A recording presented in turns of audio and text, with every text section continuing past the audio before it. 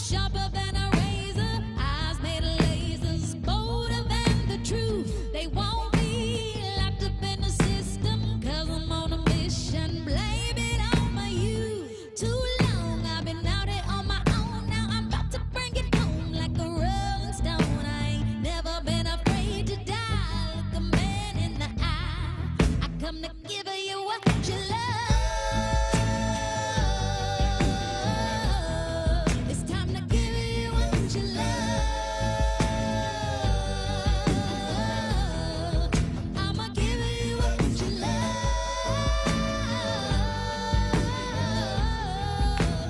Give you what you love.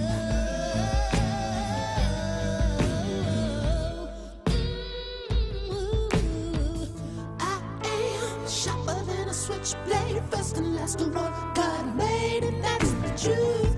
But man, keep on trying to hold me back. Why another chicken head? Come on, confused. Too strong, try to do me wrong. And the last one standing will order and command you to dance. Oh, dance. Run tell your preacher and your teacher, I'ma give you what you love. I got to give you what you love. It's time to give you what you love.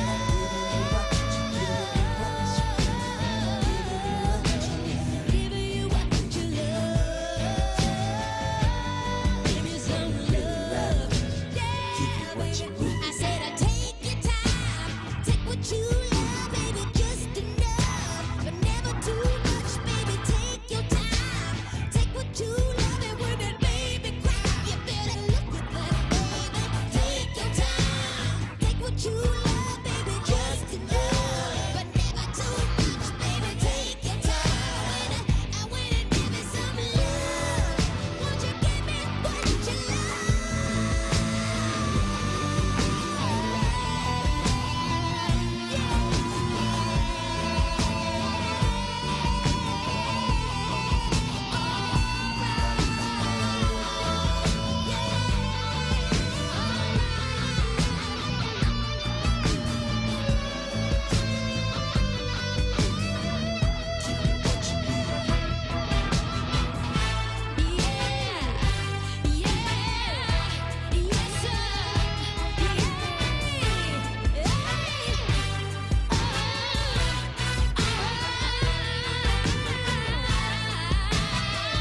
wanna give you some love, some love, some love, some love.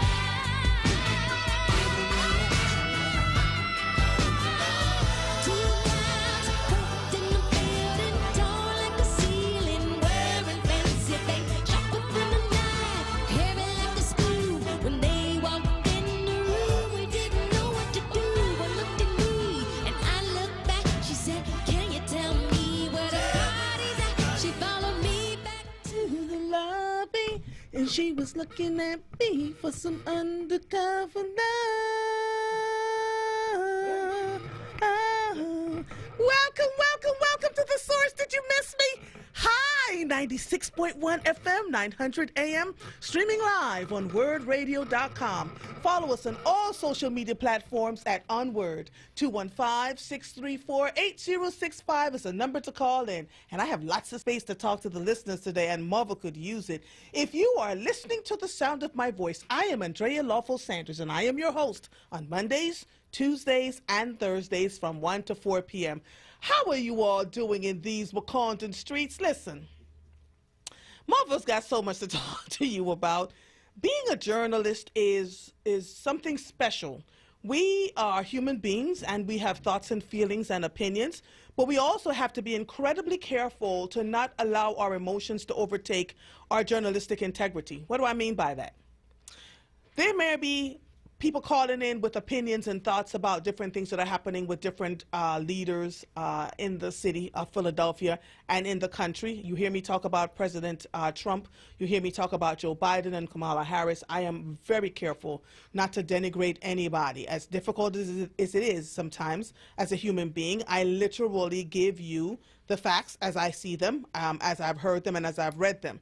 I'm telling you this, though. 3 o'clock this morning, I received a link to something that made me gasp. And as a journalist, I decided not to share, right? Because one of the things that we want to do is check and double check our facts. And as things start to unfold and when they come out and we start to see things in the news, then I'll be able to report.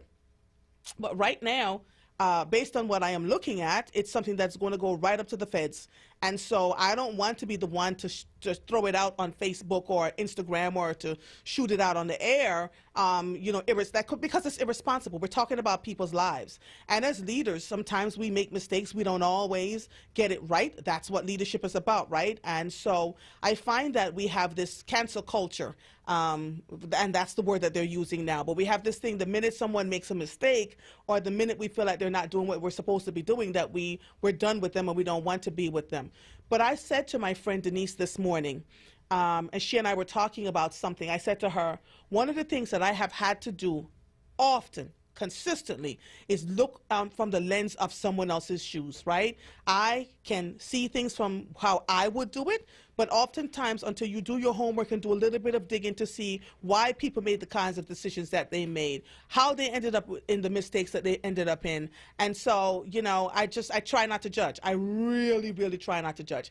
If I come on this air and I am livid, that means I have completely done my homework. I've done the research. I have all the things lined up in place and not just a bunch of rhetoric from people who are just really angry or upset about something that's going on around them, because we're not always going to agree, but we have to be very responsible in the way we're reporting.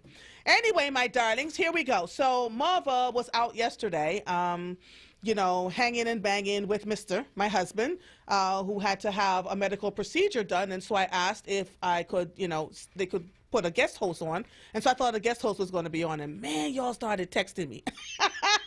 The show was good, though. I got to listen to myself, because I don't usually get to do it. I get to listen to myself and the conversations that I'm having. Tyrone and Woody and Maurice and Marva, I love and enjoy all of you. And even the brand new guests, the brand new folks that have been listening but calling in, I truly appreciate you and your voices. I am exhausted today because Marva got no sleep, right?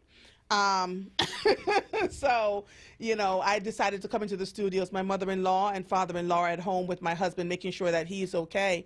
And so before we go any further on this show, I want to talk to you all about the fact that we're, everybody, I want to get married. I want to get married. I want to be in a relationship. I want to, yeah, right. Yeah. In sickness and in health. My husband said to make sure that you all know that I am live. I am live. Mike put it up that it's a pre-recorded. I am very live. This is Marva in the studio talking to you right now, live, real time.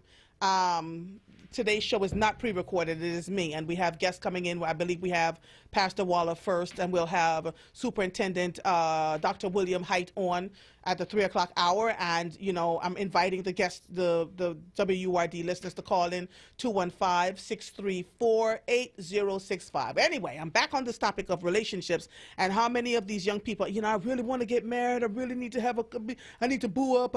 Yeah, let me tell you, that sickness and in health, and the richer for poorer, and till the death do you part.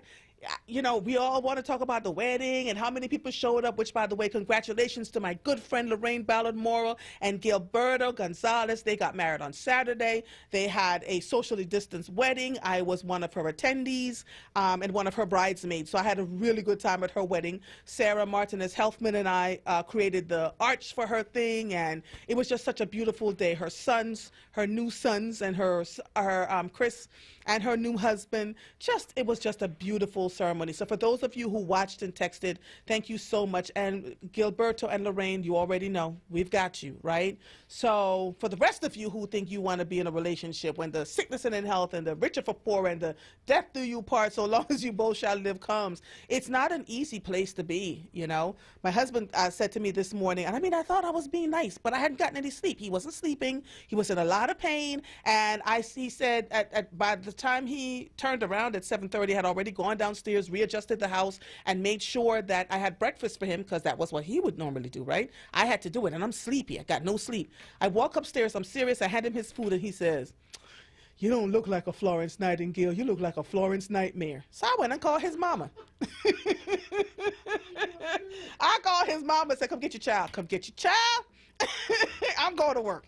And I do. I adore him. But, you know, it means that when one is down in the relationship, the other one's going to have to step up and do some work. And it's not always going to be fun and pleasant work, you know, because sometimes your partner won't be able to move. So anyway, I'm getting off of all of that. But just know, choose carefully when you're getting into these relationships and stop booing up with people because they look cute or their bank account is over 6 figures. You know, morals, integrity. Is it someone who is going to love you when you don't have a full face of makeup on? Is it someone who's going to take care of you when you may lose your job? Is it someone who is going to be there for you when you make mistakes and not cancel you out, you know, and be done with you because you made one mistake? So all those things are what you want to think about. But I always tell you guys, core values is what makes this thing.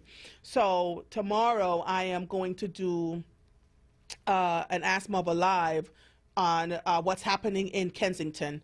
I had to go to Delaware to do a television interview for Be the Match. Something huge is coming in November as it applies to Joanne Adams. You know, Joanne, who needs a match for a transplant. And so they drove in from California because of COVID, and we did the interviews outside on his front steps in his driveway, and they interviewed me at length. And so on my way back from where they live, which is a good hour and 40 minutes from my house, I had to drive through Kensington to avoid traffic, and all I saw were just high people bent over, and it looked like just another day on the streets.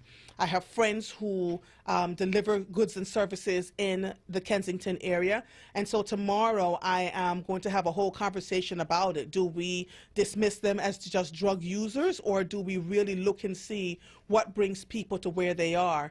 My friend Thomas, when I posted on social media yesterday morning while my husband was having surgery, said that he was at Broad Street yesterday morning giving a homeless man some socks, and that the man had diabetes but did not want to go to the hospital because he was afraid he would catch COVID.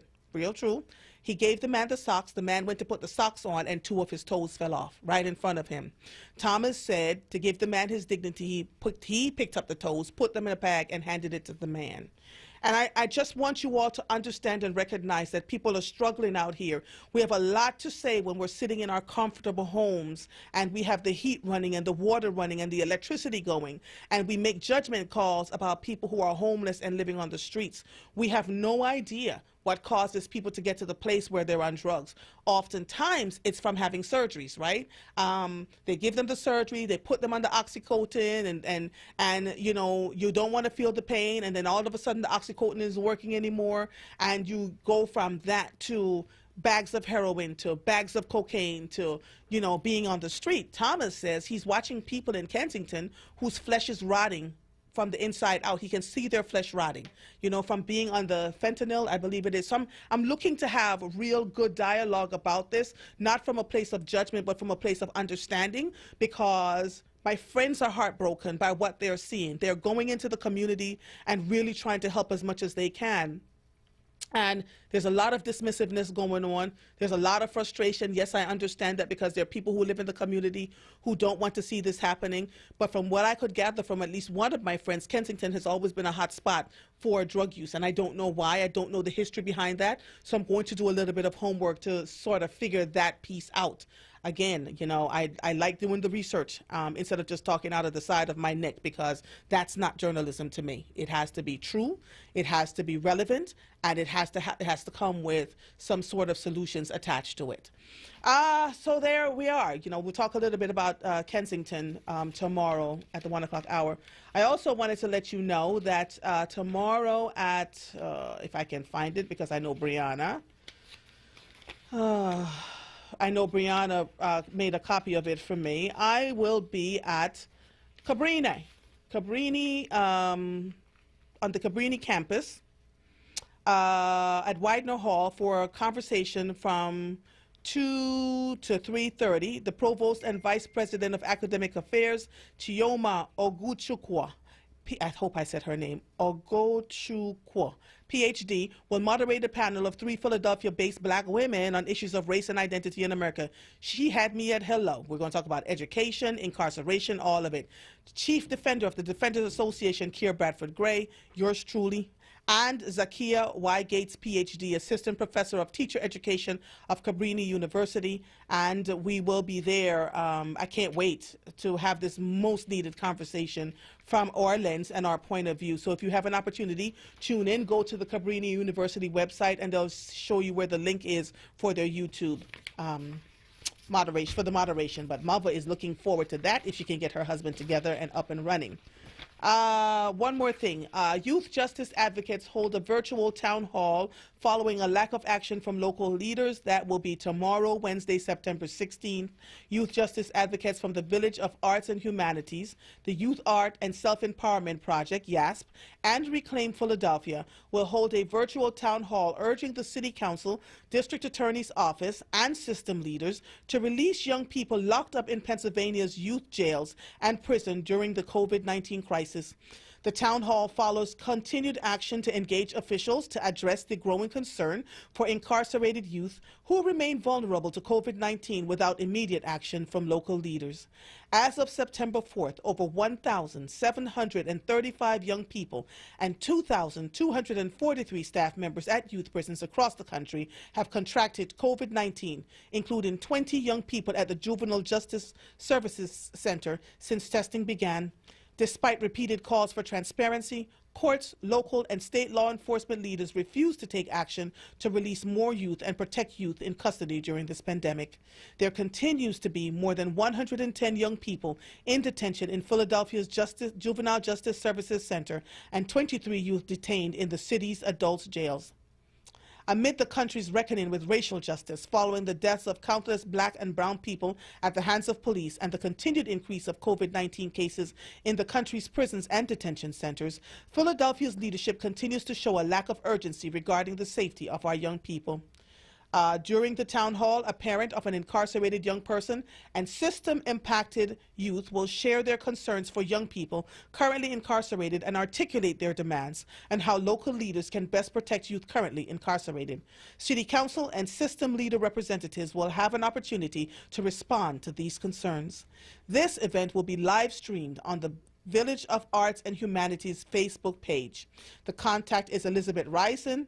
Elizabeth.Risen at BerlinRosen.com, BerlinRosen.com, and the phone number is 908-477-8386. I'm going to hand this to you, Mike, in case anybody wants to know this.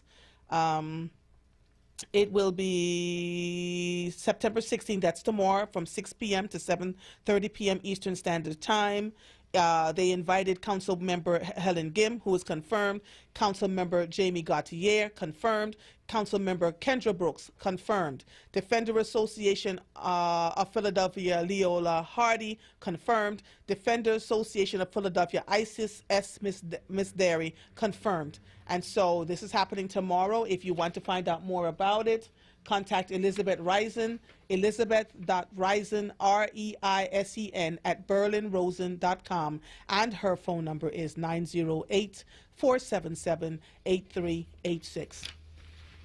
The time is 1:21 p.m. and the temperature is 84 degrees. Brought to you from the beach companies with 30 years of serving our community. Check out the website for the free Black Business Directory and our Community Resources Directory. You are listening to The Source, 96.1 FM, 900 AM, streaming live on WordRadio.com. Follow us on all social media platforms at onWURD. 215-634-8065 is the number to call in. If you are hearing the sound of my voice, I am Andrea Lawful Sanders, and we'll be right back after these messages. I'm Joe Biden, candidate for president, and I approve this message. But they've got the experience. I'm still in shock 3 or 4 years later that we're in this position now. Our democracy is at a pivotal point. From the top, we don't trust our government. We see the trouble we're in economically. We've got 170,000 Americans dead, and yet this president will do anything he can to make it seem like things are better than they are. I did more for the black community than anybody with the possible exception of Abraham Lincoln. It's our responsibility. If we don't lead that effort to make things better, we can't ask other people to do it. There is no good reason not to vote. Right, we need to have individuals that are in office like Joe Biden and Kamala Harris. They are our best shot to take us forward. And that's what makes me incredibly hopeful, but we really do have to work for this thing. To the thousands who did not vote, we need you to show up for our future and for our country. You cannot sit on the sidelines. You got to get in the game. Paid for by Biden for president. Jobs, entrepreneurship opportunities, small business resources, and financial literacy. Livelihood. The new initiative from Word Radio to connect Philadelphians to resources to help take the next steps in their professional lives. WordWorks.com features career readiness tools, entrepreneurship resources, funding opportunities, and events to expand your livelihood. Visit WURDworks.com right now and take the next step in your professional journey. Livelihood is supported by the Nightland Fest's Local News Transformation Fund, Borealis Philanthropies Racial Equity and Journalism Fund, and the Solutions Journalism Network. Justice, equality, accountability. These are the values we need in our leaders to bring us together and be the America we know we can be.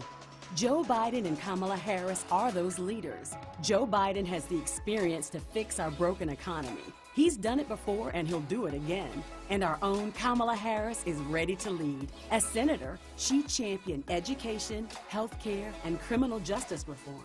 And with Joe Biden and Kamala Harris in charge, we know the White House will be accountable to our community. For 4 years, our country has been run by inexperience and corruption, but we have the chance to turn it around with values rooted in our common goals and the leadership of Joe Biden and Kamala Harris. Paid for by Black PAC and Unite the Country. www.blackpac.com and www.unitethecountry.com, which are responsible for the content of this advertising, not authorized by any candidate or candidates committee. You're listening to The Source on Word Radio, 96.1 FM and 900 AM WURD. Welcome back to The Source. Mike had me all pre-recorded up in here earlier, and so he made sure that that didn't happen again. And I guess my husband is in his bed of affliction listening too, because he said the same thing via text. I am so excited. Reverend Dr. Alan E. Waller is the senior pastor of the Enon Tabernacle Baptist Church in Philadelphia, Pennsylvania. Highly sought after revivalist, vocalist, and lecturer. He can sing, y'all, not sing, sang, S-A-N-G. Dr. Waller is a true visionary of the church and the community who serves humanity far beyond the restraints of traditionalism. His partner in marriage and ministry is Dr. Ellen Jo Waller, the leader of Enon's women's ministry and a devoted mother to their two daughters, Ellen Morgan and Erica Lynn. Pastor Waller, how are you, man? Hey, I am great. How are you all? I'm good. We're good here in the WURD listening audience. We missed you last week. Oh, that's right. Yeah, I was on vacation. Well, you know, Pastor Waller, they need to tell me these things. That's right. That's right. Where I was out of town, and I was where I did not have a good phone signal. Ah. And so I was not able to make calls or anything like that. That's a good problem to have, though, don't it? Absolutely. Yeah. So we're glad you took some time to rest and get a respite, because we're 50 days away from the most contentious election on earth. And y'all's president, the President of the United States, is going to be here in Philadelphia at the Constitution Center at 6 p.m. Today.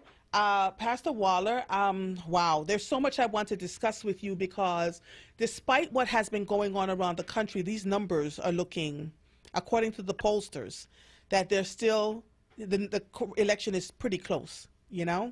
Well, yeah, the election is going to be close because they only poll people who are, they poll people who are involved. Mm-hmm. And the reality is there is, at some point, you get people who line up along party lines. Mm-hmm. And so you've got people that are just going to go Republican because they are Republican. And I think we need to remember that about 38% of the voting population endorses what this man represents. We live in a country that Did you still say has 38%, Pastor Waller? 38%. He has a basement of 38% of support that he has had since the very day he stepped onto the stage. So, you know, what you have to measure with his approval rating, you look when it goes to 39 or anywhere up. That's what you want to watch out for. It's never going to go below 38. Wow. Those are the folk that he was talking about when he said that he could shoot somebody on Fifth Avenue and they wouldn't care. And that's true. And they are racist, and they are misogynist, and they want to turn this clock back. And our people need to recognize that this is not about democracy and constitutional republic. This is not even about should black people be Republicans or Democrats. This is about a worldview and a cultural reality that does not have our best interests at heart. And so we've got to show up by any means necessary. And even after that, what we have to talk about is after we win, staying involved, because the Democrats don't necessarily have an agenda totally for the black community, but we have more of a chance of getting something done if we stay engaged with them after this. So don't be fooled. This is not one that we can sleep. We have to be involved, and we have to stay vigilant from now until then. Right. I had a conversation last week with a representative from the AARP and the NAACP, and they were talking about the fact that they were trying to figure out ways to get seniors to vote. You know, most of the poll workers used to be people, the average age of a poll worker was over 61 years old. Those folks are not coming out now to to work the polls because of COVID. And so we have to figure out where we can get some younger people. Now, I've seen some younger people stand up to make sure that they would be out there. But the truth of the matter is, Pastor Waller, we need more folks, right?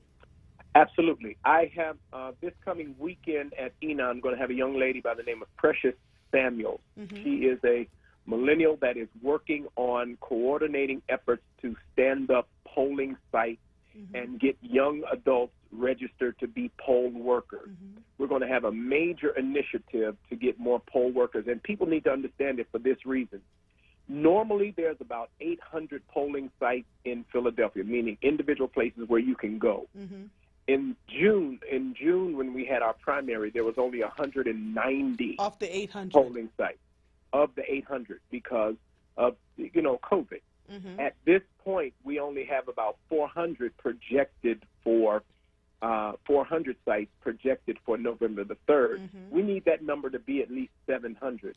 But in order for that to be 700, we need enough poll workers to volunteer. And I use that term loosely because you do get paid. Right. You get paid $250 for the day.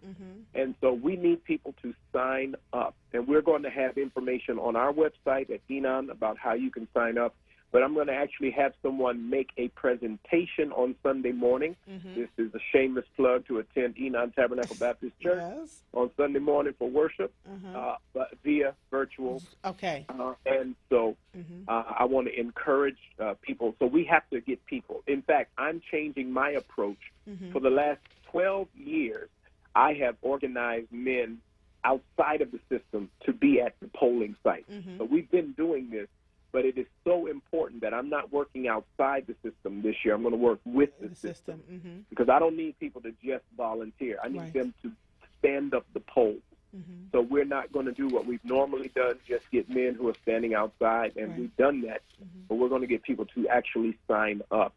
And I want to encourage everyone to do that. Also, people should know that beginning next week, you will be hearing about the satellite spots. What people need to understand is that Donald Trump's organization has been putting lawsuits against the election process at every turn. So he has brought up a suit against mail-in voting. He brought up a suit to sue for cross-county poll workers. And I think we need to hear this. His campaign is suing to allow people from other counties to come to cross county to work the polls. Now, why is that? Because they want Trump supporters to come in and work polls in Philadelphia so that they can intentionally frustrate the process, so that they can. And so we're fighting those things in court. But we need to recognize that if that was to win in court, the only thing we could do to stop it is have enough poll workers in Philadelphia County to where we don't need anybody from anywhere else. Right. But that also shows his issue. Trump knows that he only has support in certain pockets of this country. Right. And they are mobilizing those people. So we've got to play chess at this point and not checkers. And recognize that we are fighting for the soul of this country, and we cannot let up. I'm encouraging everybody to do the mail-in, but do it early so that you can know that your ballot went in. If 2 weeks goes by from today and you don't know the status of your mail-in ballot, you need to let somebody know. Right. So we can check that. By law, they don't have to have it into you except 2 weeks ahead of November 3rd. Right. But we want them to have it before that. Right. So that we can take advantage of these satellite sites. By next week, we should be able to tell you where those satellite sites are. Okay.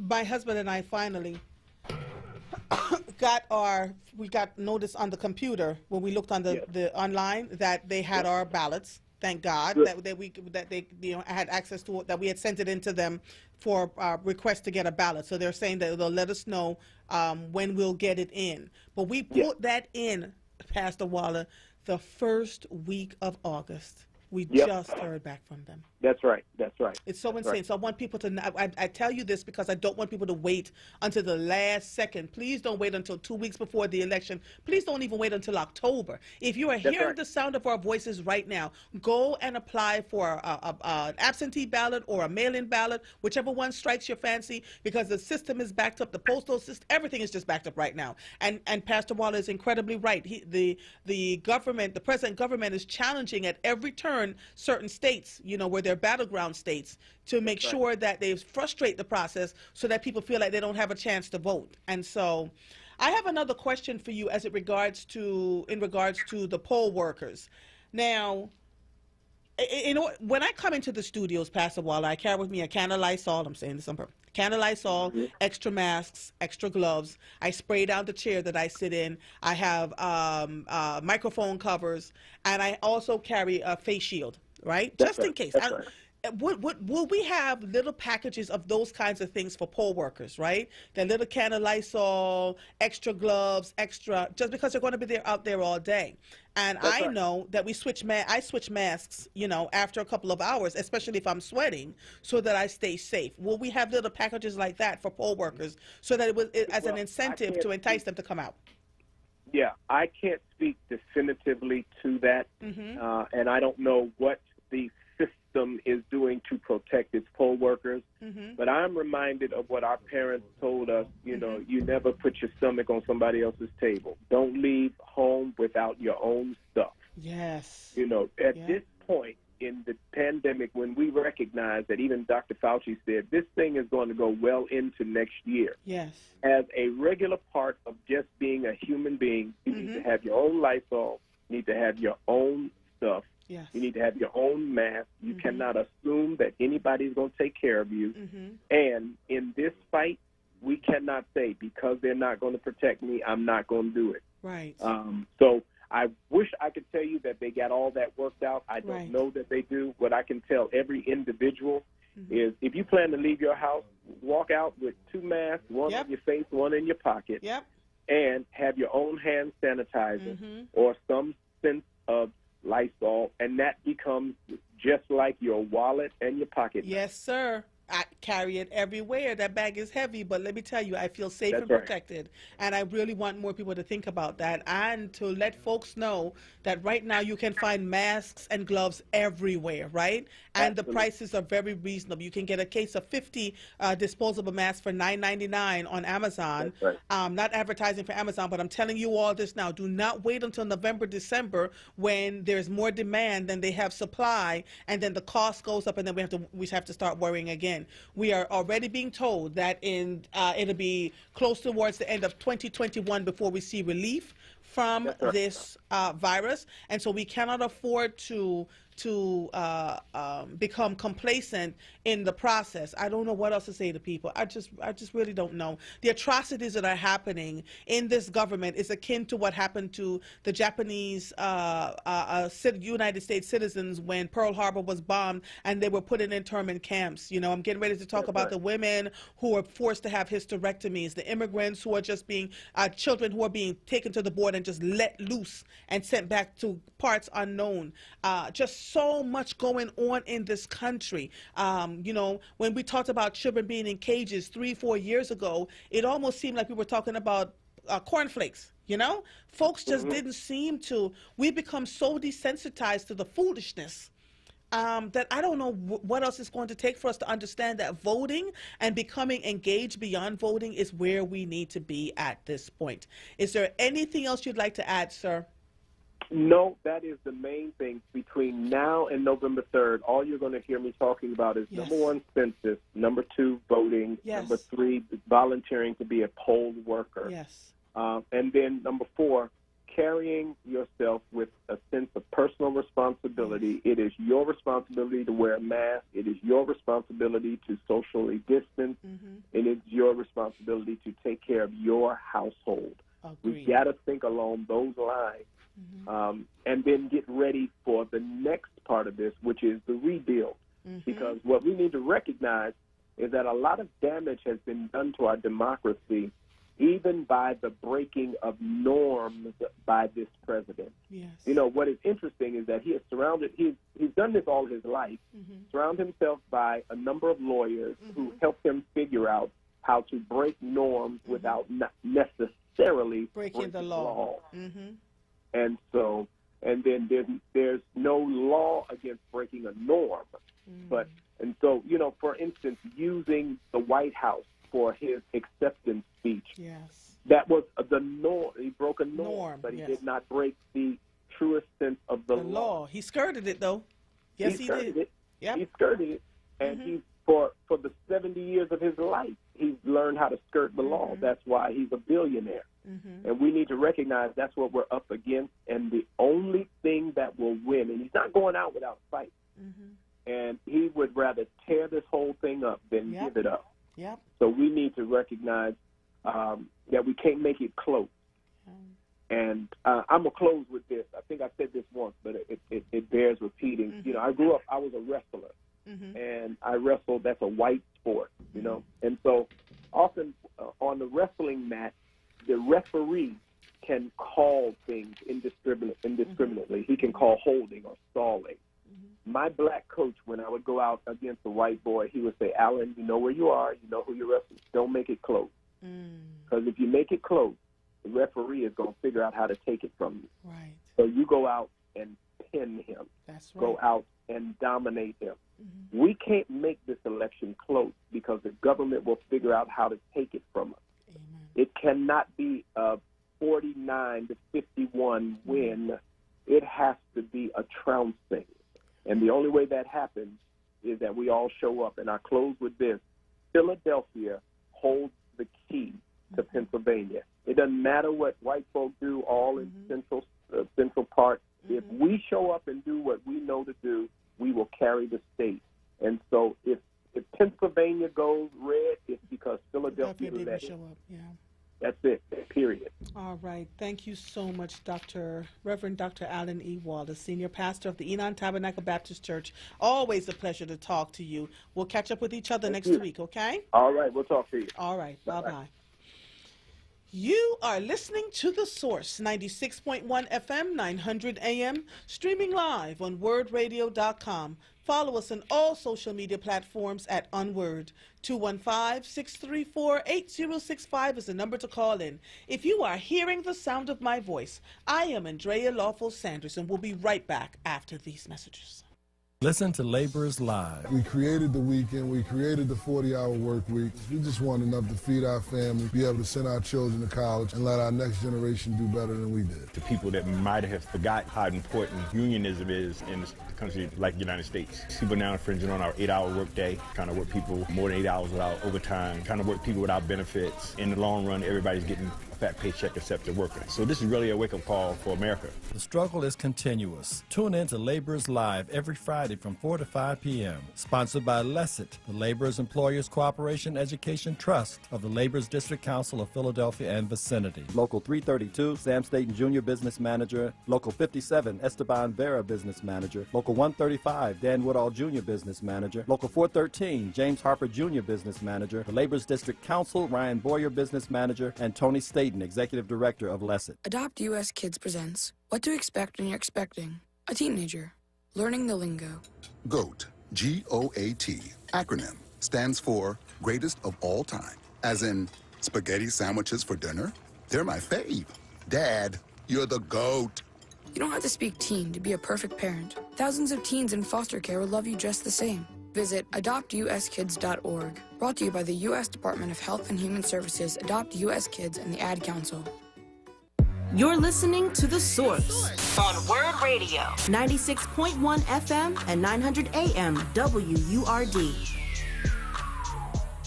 Welcome back to The Source. Bob Marley, Robert Nesta Marley, has a song that says, "Preacher man, don't tell me heaven is all of the earth. I know you don't know what life is really worth. It's not all that glitters is gold. After story has never been told. So now you see the light. Hey, stand up for your rights. Come on, get up, stand up. Come on, people. We need to stand up for our rights. Every time I get frustrated by the things that I see happening around us and the atrocities that continue to happen, I am reminded that we have a voice and we can stand up for our rights.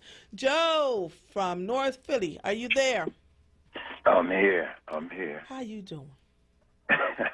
I'm feeling really just a little discombobulated with this type of hatred and vitriol that I see from our people. Yes. I'm talking about hating Trump. I'm talking about that kind of nonsense. My world is too big to operate off of hate. My world is too big to me and go and vote for somebody just because you telling me to hate someone else. I can't understand you building a world full of hate. I mean, we are the moral conscience of this world. We're the moral conscience. Now they robbing that from us. You know, Philly, I was born and raised in Philly. And Philly has always had a spirit that is unlike, I would say, any other part of the country. Because there are a lot of white people, Quakers and things like that, that would not stand for slavery. Yes. And so they made this particular state and this particular city like it has a freedom, like Gamble and Huff, like they were saying, ain't no stopping us. Yes. I mean, but a lot of people, and no disrespect, but a lot of people come from all different kind of places with their agenda, trying to put it on us. Nobody ever told me I had to ride in the back of the bus. Nobody told me I couldn't go out with whoever I wanted to go out with. And now we get all of these people bringing in all of this hatred, hate Trump. Listen, this question I want to ask. Where was all these folks at when Trump built the Taj Mahal down in Atlantic City and you couldn't stop black folks from running down to the Taj? And they were going down to the Taj from the church. They were going down to the Taj from the church. Where were they at then? Now Trump, all of a sudden, he the worst devil in the world. He was never my favorite Mr. Somebody, but we got to stop all of this kissing the Democrats' butt, kissing their feet. We got to stop all this nonsense. So what is your solution to this? Because I hear you. I'll give you my solution. Okay. The Lord is my shepherd. The Lord. Not a Lord, not some Lord, not the Lord is He's the one feeding me. He's the one blessing me. He's the one looking out for me. When I look back over my life, I was in the military, and all the different things that I went through, he was the one that shepherded me. Wasn't no Democratic Party, wasn't no Republican Party, wasn't these folks downtown, all these women running around. We got all these elected women in all these positions. And you know, like I know, that we ought to have some of these men stick up. There ain't nothing wrong with a woman, no. But she has her place and a man has his place.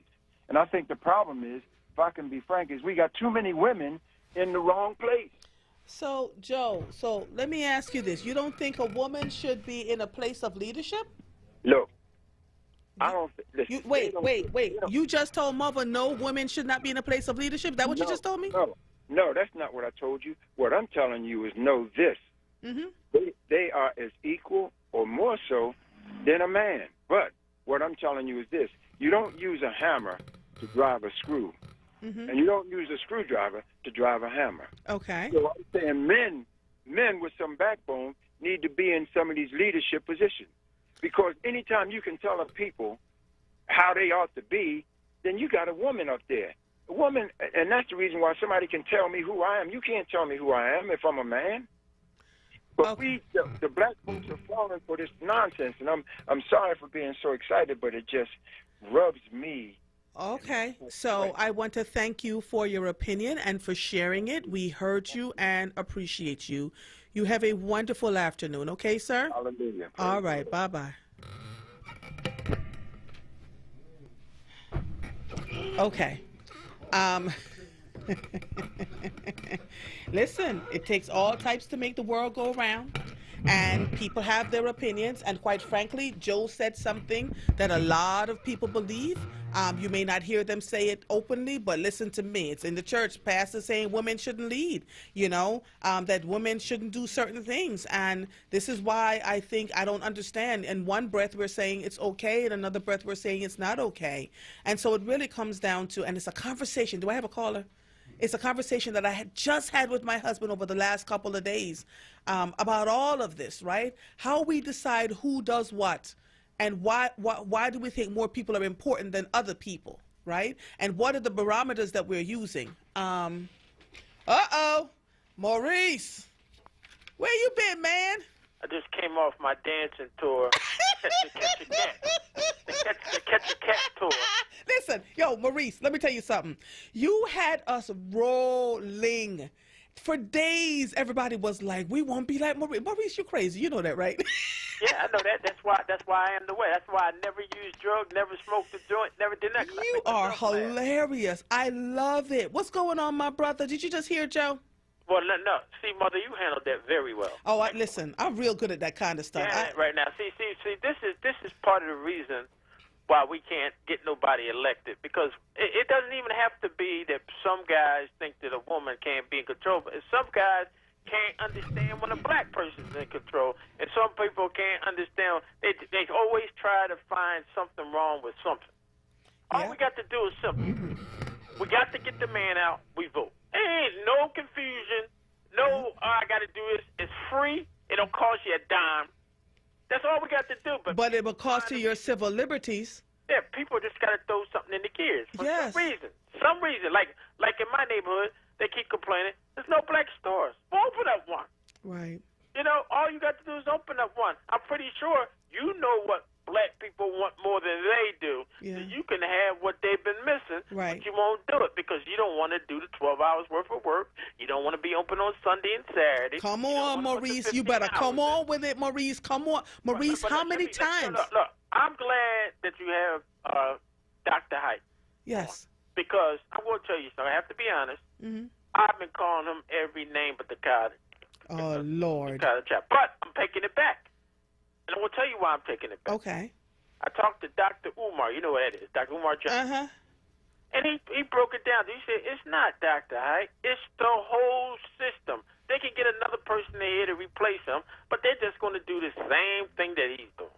You need to change the whole system. You need to burn it all down and start it fresh. The school Now, board, you know, all that. let me say this to you, Maurice, and y'all are going to know Mother gets around. I knew Dr. Umar Johnson before he became the polarizing figure that he is today. And he had been working with students within the school system. He made a lot of sense, right? And on this, I am going to agree with him on it, right? There has been a systemic breakdown in not just the Philadelphia schools, but in a lot of the school systems across this country. And it was deliberate, and we looked up and the children were not being served the way they needed to. And then people who had a lot of money decided that they were going to start some charter maintenance organizations. There are a lot of good charter schools. Some of them were not so good, right? And so many different things happened, and no one thought about the children at the end of the day. One person. Let me get this last part in. Well, Maurice, I'm not pushing you off the phone, so just hold on. Let Mother talk, because you know Mother will give you a minute. I'll give you the minute. Don't worry about it. Okay, thank you. I got you, man. I got you.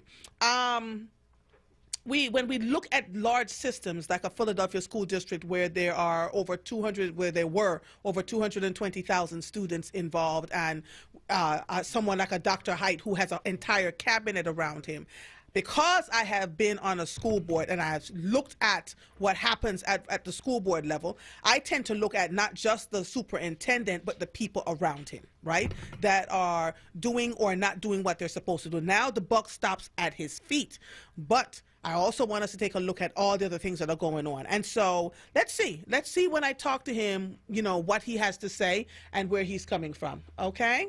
All right, let me get this part. Yes, ma'am. See, we fell for the nonsense. The school board and the government makes you think that they're doing something for you. So the first thing they came to us was, all your kids should go to college. Mm-hmm. We bid on that hook and sinker. So they stopped doing. You used to be able to get out of high school and get a job. You had a trade, but they stopped teaching that. You used to be able to learn arts and find things to better yourself. Yes. They stopped that. Yes. And we went right along with it because all we thought was college. But everybody is not made for college. Thank you, Marie. Listen, now this is the third time I'm agreeing with you today. What in the Sam is going on over here in these Waconda streets? Because I've had the same conversation, Maurice. Because I listen to Mother. And listen, Maurice, I said this to my husband. I said, you all better stop. I get so annoyed by people who the only thing they look at is how much college education you've had, right? It takes all of us to make the world go round. If people are creating an honest living with their hands and with the skill sets that they bring, we need to acknowledge them too. We became a country that was so caught up in the PhDs, the masters, the whatever else. My sons both have college degrees and said they did not need them for their jobs, but we've had this thing in our minds that we need to have it, right? And that now a regular degree is considered a high school diploma. Don't they know that they're falling for the fraggle-knacker? And then we start to treat people differently, Maurice, because they don't have a college degree. I run towards the people without the college degrees that have good core values and hard-working skills and are doing what they're supposed to do, right? Because too often we're putting people in leadership with college degrees that have no moral code, no fortitude about them, and this is why we're being destroyed as a city and as a country. We've got to cut that foolishness out. And let me close with this. No common sense. No, your ass shut up. Now, that's the fourth thing you need to get off the phone before I agree with you anymore. I can't take it. Not today, Maurice. You have a good one, sir. Bye-bye. You are listening to The Source 96. Maurice, listen. Maurice and I agreed on just about every point today. 96.1 FM, 900 AM, streaming live on WordRadio.com. Follow us on all social media platforms at onWURD. 215-634-8065 is the number to call in. If you are hearing the sound of my voice, I am Andrea Lawful Sanders, and we'll be right back after these messages. The Dr. Emeka Show. Saturdays at 1 p.m. right here on WURD 96.1 FM and 900 AM. Streaming live at wordradio.com and on the Word Radio app.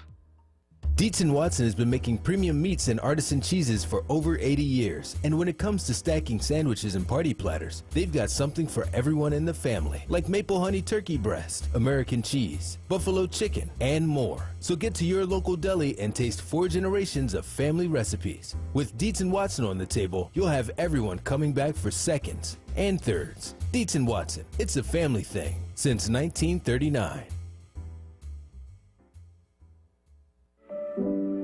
recovery starts with a call. Pennsylvania's Substance Use Disorder Hotline is staffed by real people who are trained to help.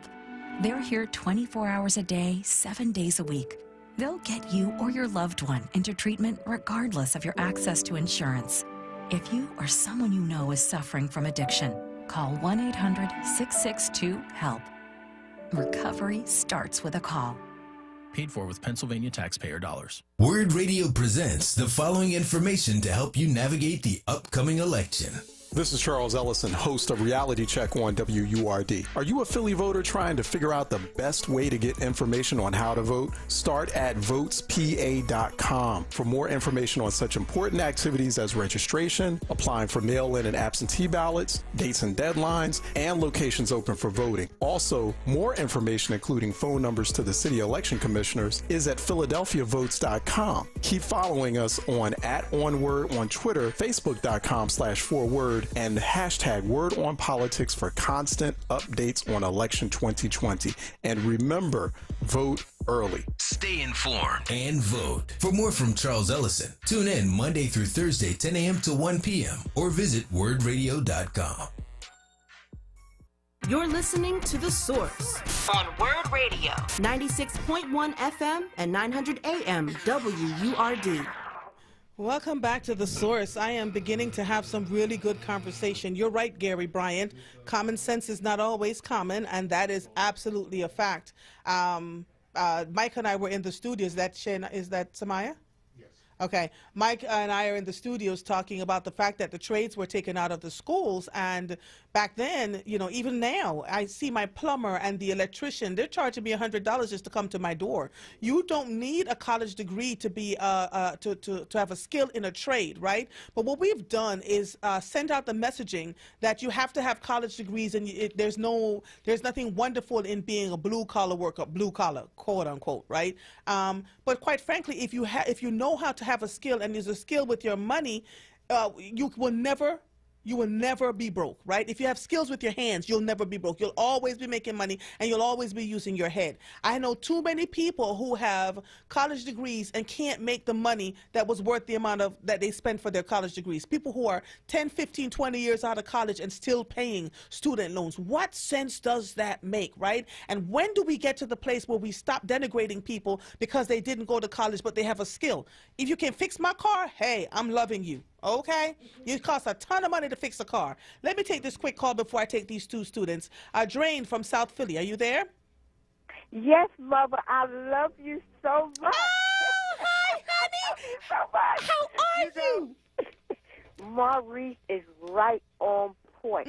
These trades. Let me tell you, back in the 70s, they had trade. It was mass fire, fire, and diving. Everybody was dying to get in those schools, Mother. Yes. And guess what? The companies went after those schools, like business, carpentry, and plumbing, and all that. And and it's sad that they took that stuff out the school because they was making money. I got a nephew right now. He worked for the trade. The trades are so racist. I can't even say what he do. Because they don't know who he is. Guess what, Mother? He just bought his first house. Come on now. And you don't think that, and you don't think that's deliberate, don't you think that's deliberate drain that they took the trades out of the schools? By design. Yes, ma'am. Because those young people were using their skill, and our young people are skilled with their hands, right? If you're a carpenter, when I moved into the house that I am in now, the amount of money that we spent on carpentry, plumber, electrician, roofer, come on. And I deliberately sought out people that looked like me, right? So that I could give them my coins. The one that did the sheetrock and the pointing on the side of the house and did the driveway, Jamaican, the one that did my carpentry, Trinidadian, the one that did my plumbing, African American. What? All gorgeous black men who I told them, I said, you show up to my house on time, you finish my work on time. My electrician, African-American man, I said, you show up to my house on time, I pay you on time, you get to going, right? And so it works. It absolutely works. Where are our people? Yes.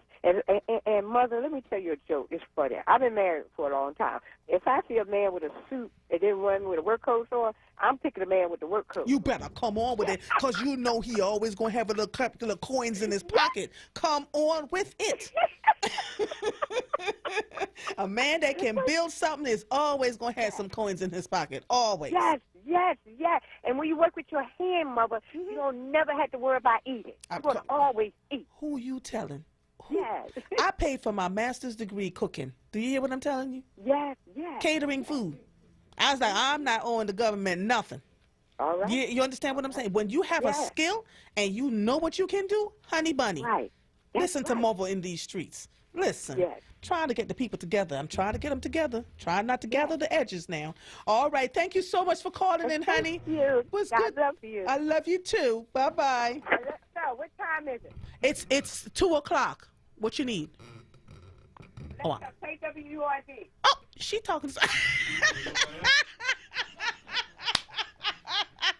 Listen, let me get my students on. Woody and Vera, I see you. Hold on, okay? Don't hang up. Let me talk to these two students. Shayla Street and Samaya Smalley. Shayla Street is a rising senior at Central High School and is co-captain of her school's voter registration team. She is a two-time awardee of the Governor's Civic Engagement Award, helping to register 90 to 95% of her school's eligible voter population. You better go with it, girl. She is committed to showing the world that high school students do vote by working to increase the young voter turnout.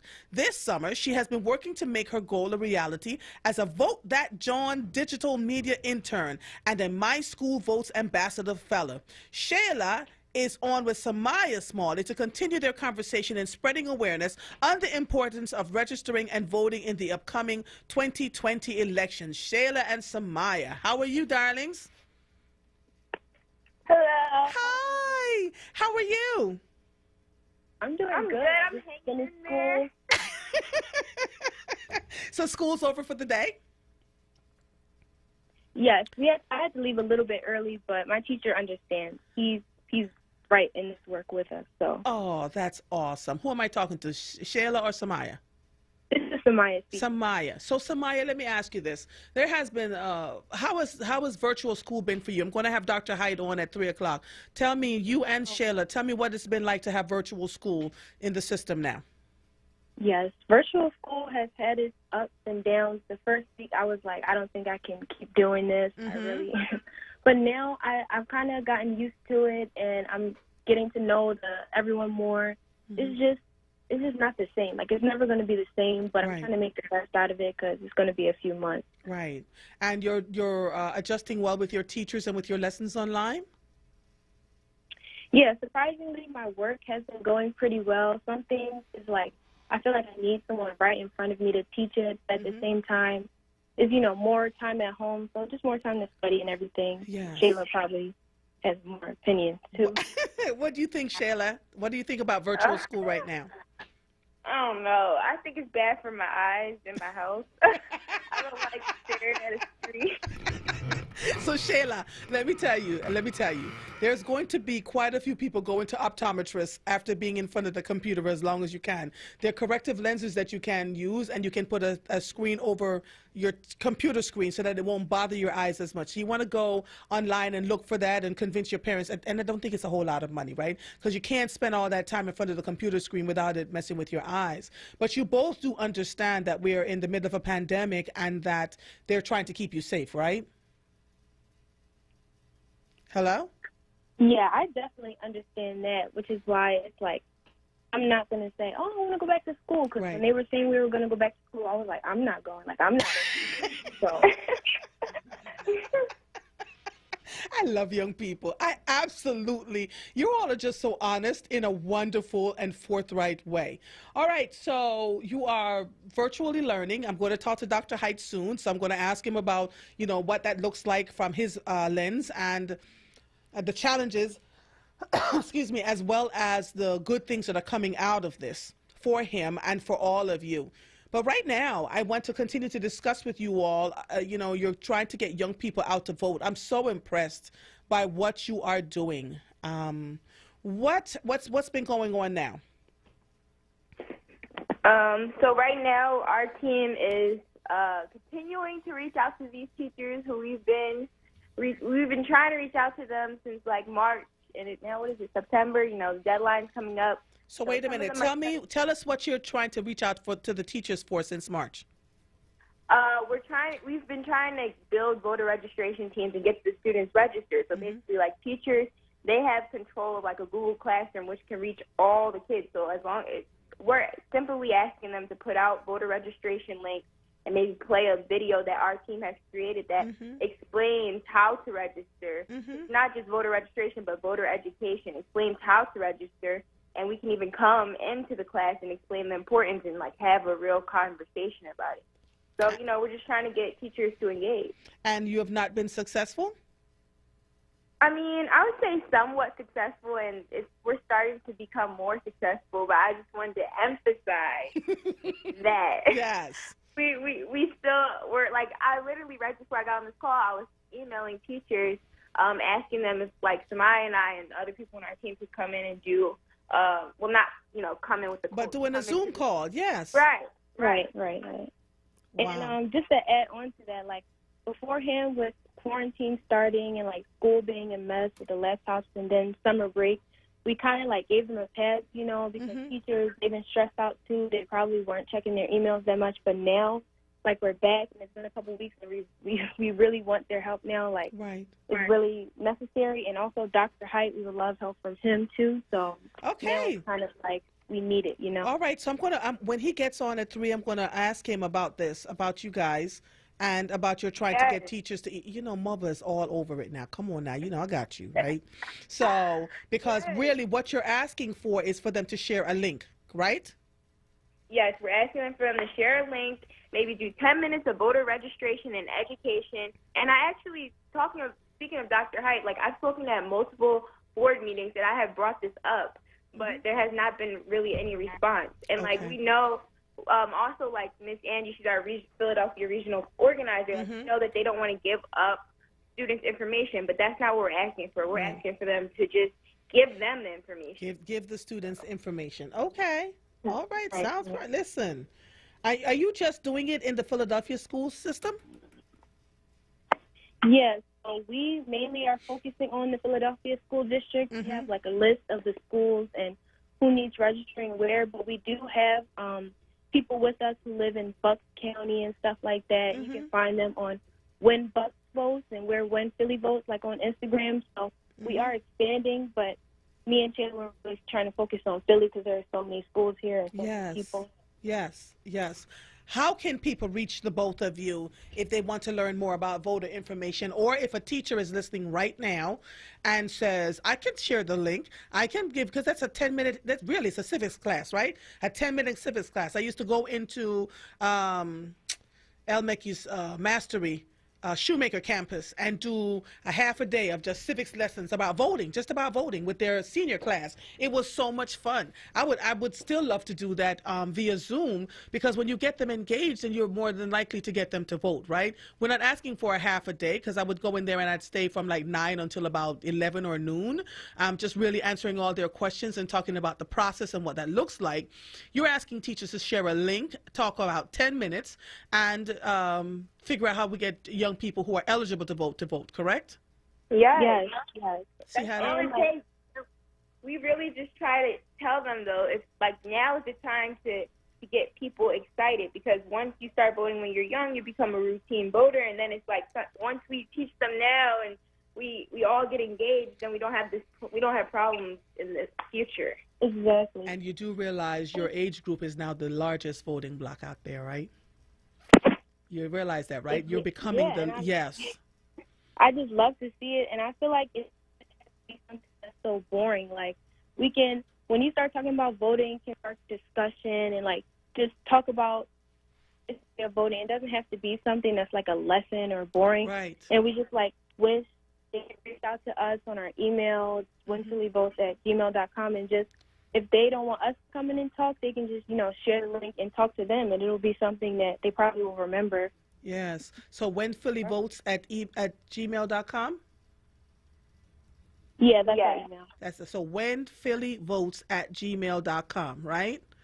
What I am hoping is that there are some educators listening who will want to engage with you by doing a small civics. Plus, it's part of a civics lesson where there's 10 minutes that they don't have to teach, right?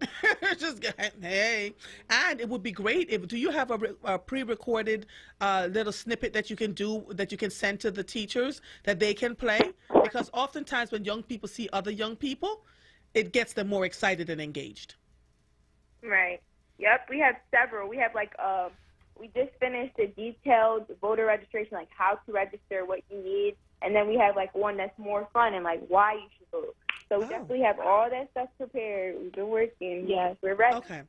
I have another show that I do on Wednesdays called the Ask Mother Lunch Hour Live. I'm going to invite the two of you to come onto that with some other young people. I'm going to let you do your civics lessons there. Okay? It'll be on Zoom. Oh, wow. Everybody will be able to watch you.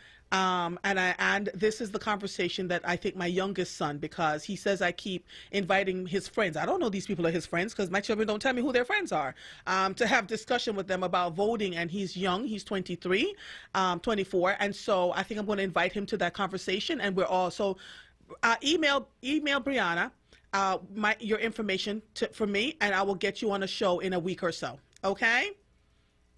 And so if we can't engage the educators one way, we can engage them another way. And there are plenty of young people that are watching what we're doing anyway. So let's see if we can engage them from more than one front, okay?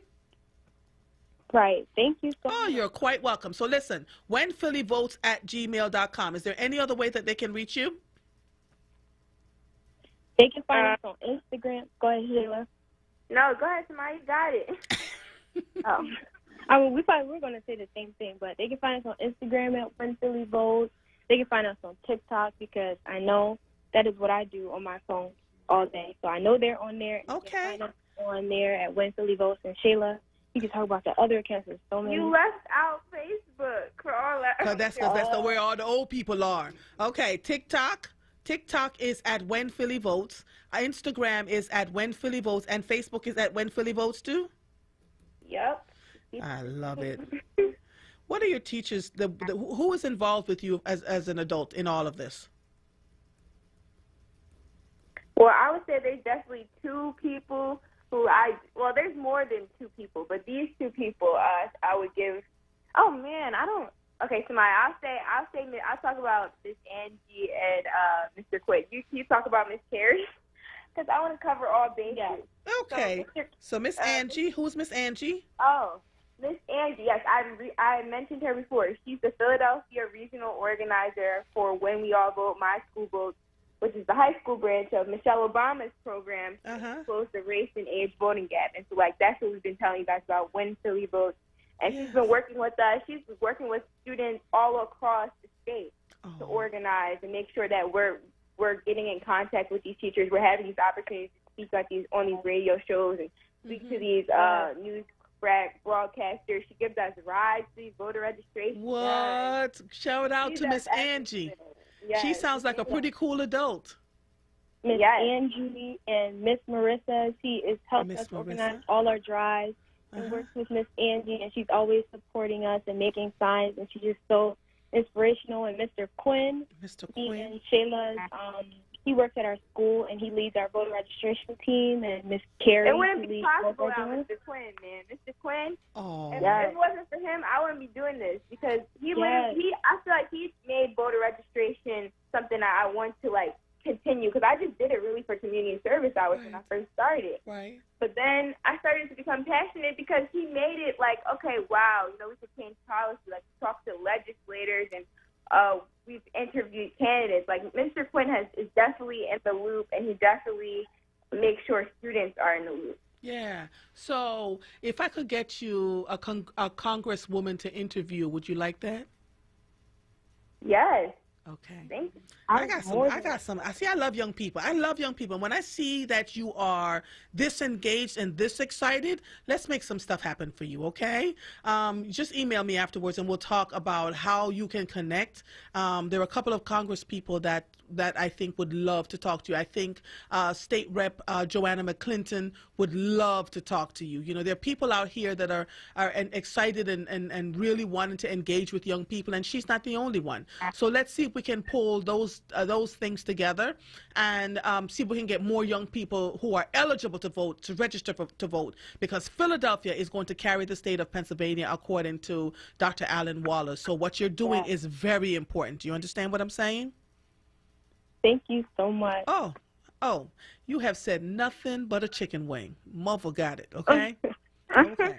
All right. So anything else you'd like folks to know, don't forget to email Brianna again with your contact information. We're going to do another show just on this, and I need you to have your promos ready. I need all of that ready so that people can see when we shoot it up live on Zoom, they can see what you've got going. And maybe we'll just do our own civics lesson. If we can't bring it to the teachers in the classroom, we can certainly bring it to the classroom to the general public. Okay?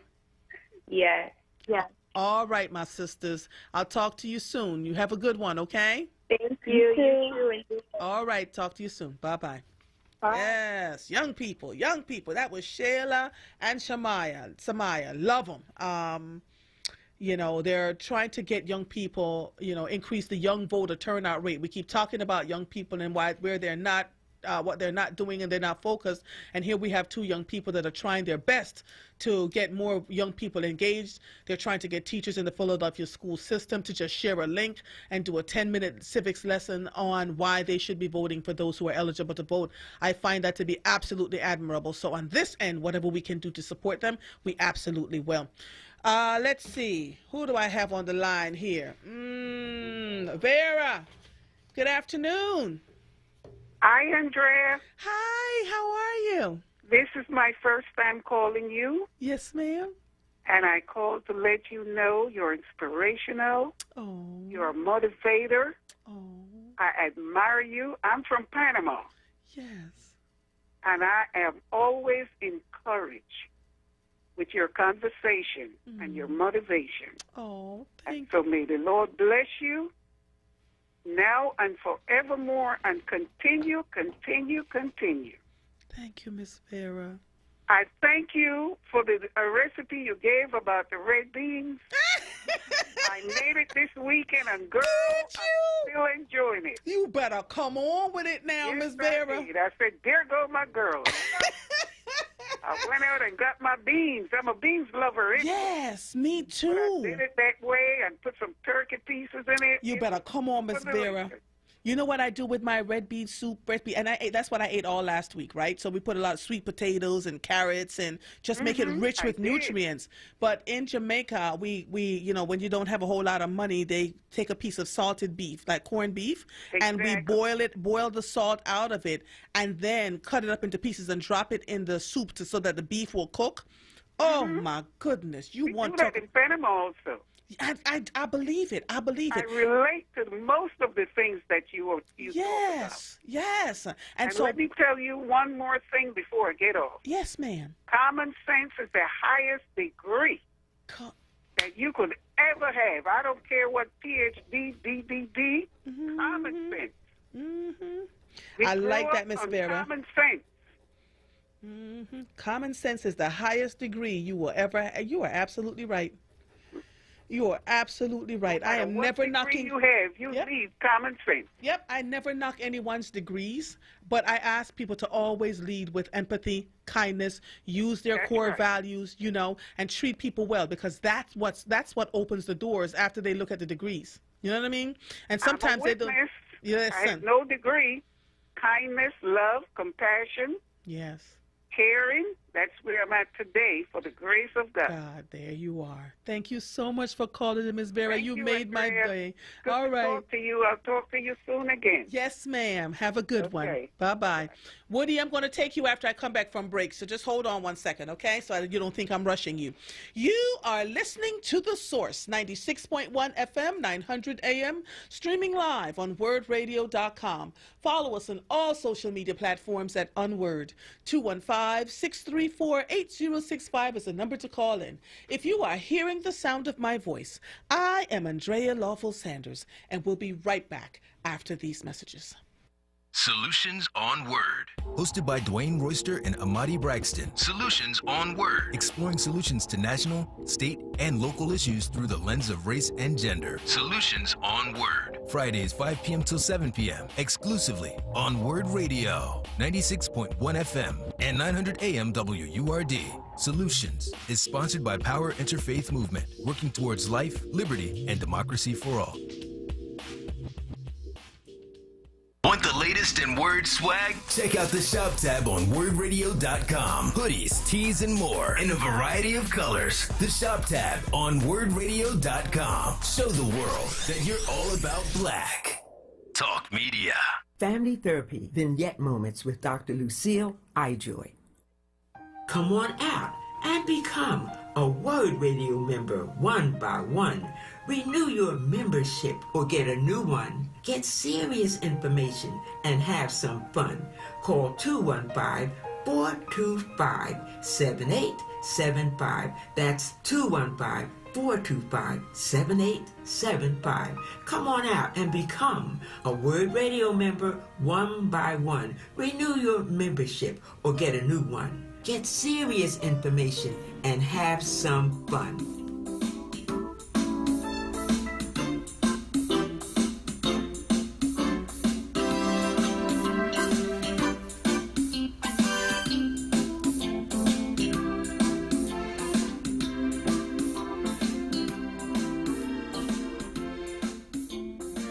You're listening to The Source on Word Radio, 96.1 FM and 900 AM WURD. Back to The Source. If you are just joining us, I am Andrea Lawful Sanders. I am your host on Mondays, Tuesdays, and Thursdays from 1 to 4 p.m. Mike is in here laughing at me because I take this COVID-19 thing seriously, right? So I don't share microphones. Don't share microphone covers with folks. I come in here, I put on a microphone cover, then I put on my own foam cover, then I spray everything down with Lysol, and Michael is laughing at me. He's like, it looks like a little shower curtain. A shower cap on the microphone. Hey, it's disposable, moving right along. But I will never share, the air that anyone else is breathing because I want to make sure that I'm always safe. Husband, children, families. COVID is not my friend, so I'm not trying to get it, okay? Woody, my darling, how are you? I just want to make sure that I'm not asleep. Why? Because this was supposed to be a recorded program. And I've been listening all this time, waiting to hear other things. But I said, let me see, which one was this? Which show was this one? Well, anyway, that's the way it started. It was a non-recorded show that was recorded. Michael needs to apologize. He's over there talking about my bad. I'm going to forgive him. He does a lot of other things right, so most of the things he does. So, Mike, continue to do the great work.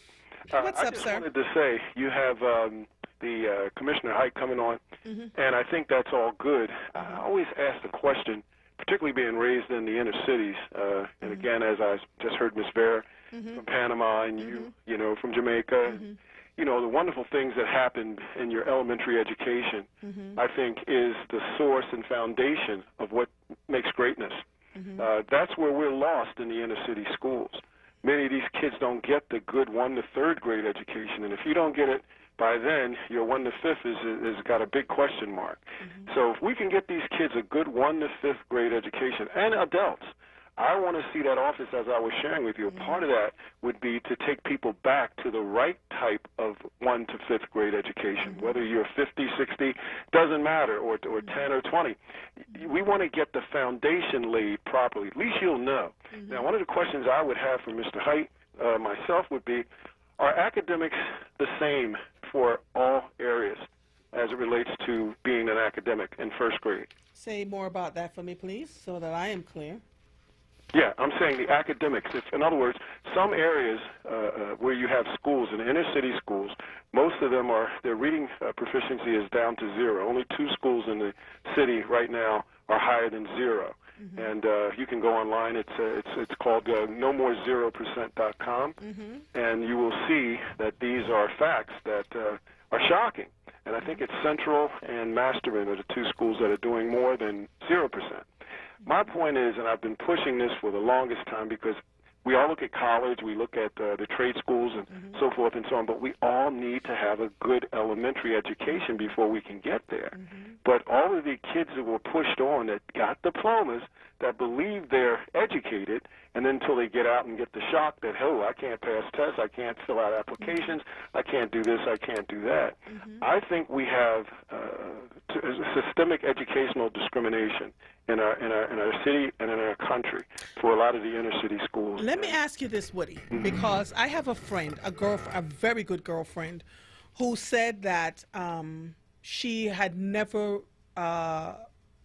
read a book past 5 pages, right? Just barely can decipher, reading. She's my age, and she went to the Philadelphia school system. Right. I have friends who said that they graduated from the Philadelphia school system and literally had to relearn everything that they should have known. And I'm not saying that's everybody, right? So please don't call over here saying that I'm denigrating the entire school system. You're talking about an experience. I'm talking about the experiences of some people. And so what I noticed when my sons got into school, because I can only speak from my own experience, is that there was an automatic assumption that they were not smart enough to keep up with their peers, right?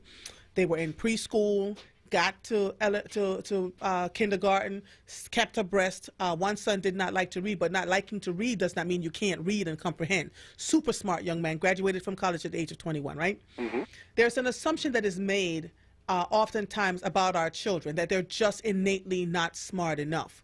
I remember sitting in a meeting called Parents as Leaders, a group called Parents as Leaders, and a woman who was one of the facilitators said this: if we account for the fact that black parents move their children out of the city of Philadelphia and move them into the suburbs and buy $500,000 homes, it doesn't help the children to become any smarter. So it stands to reason that black children are just not as smart. She said that in the calmest, most matter-of-fact way, right? But that's white supremacy. But here's what I'm saying to you. There are lots and lots of people that believe that. If you believe a child can succeed and do well, you will do anything in your power. When a child fails, it's not on the child, it's on the teacher. But isn't that the teacher? Because I had a teacher in elementary and junior high school, and I gave him an apple every day. He was my first white teacher. I'm thinking, since I had all black teachers for elementary school, maybe I will get a bigger kick with this white guy. Back in those days, if you were white, you were right. If you were black, get back.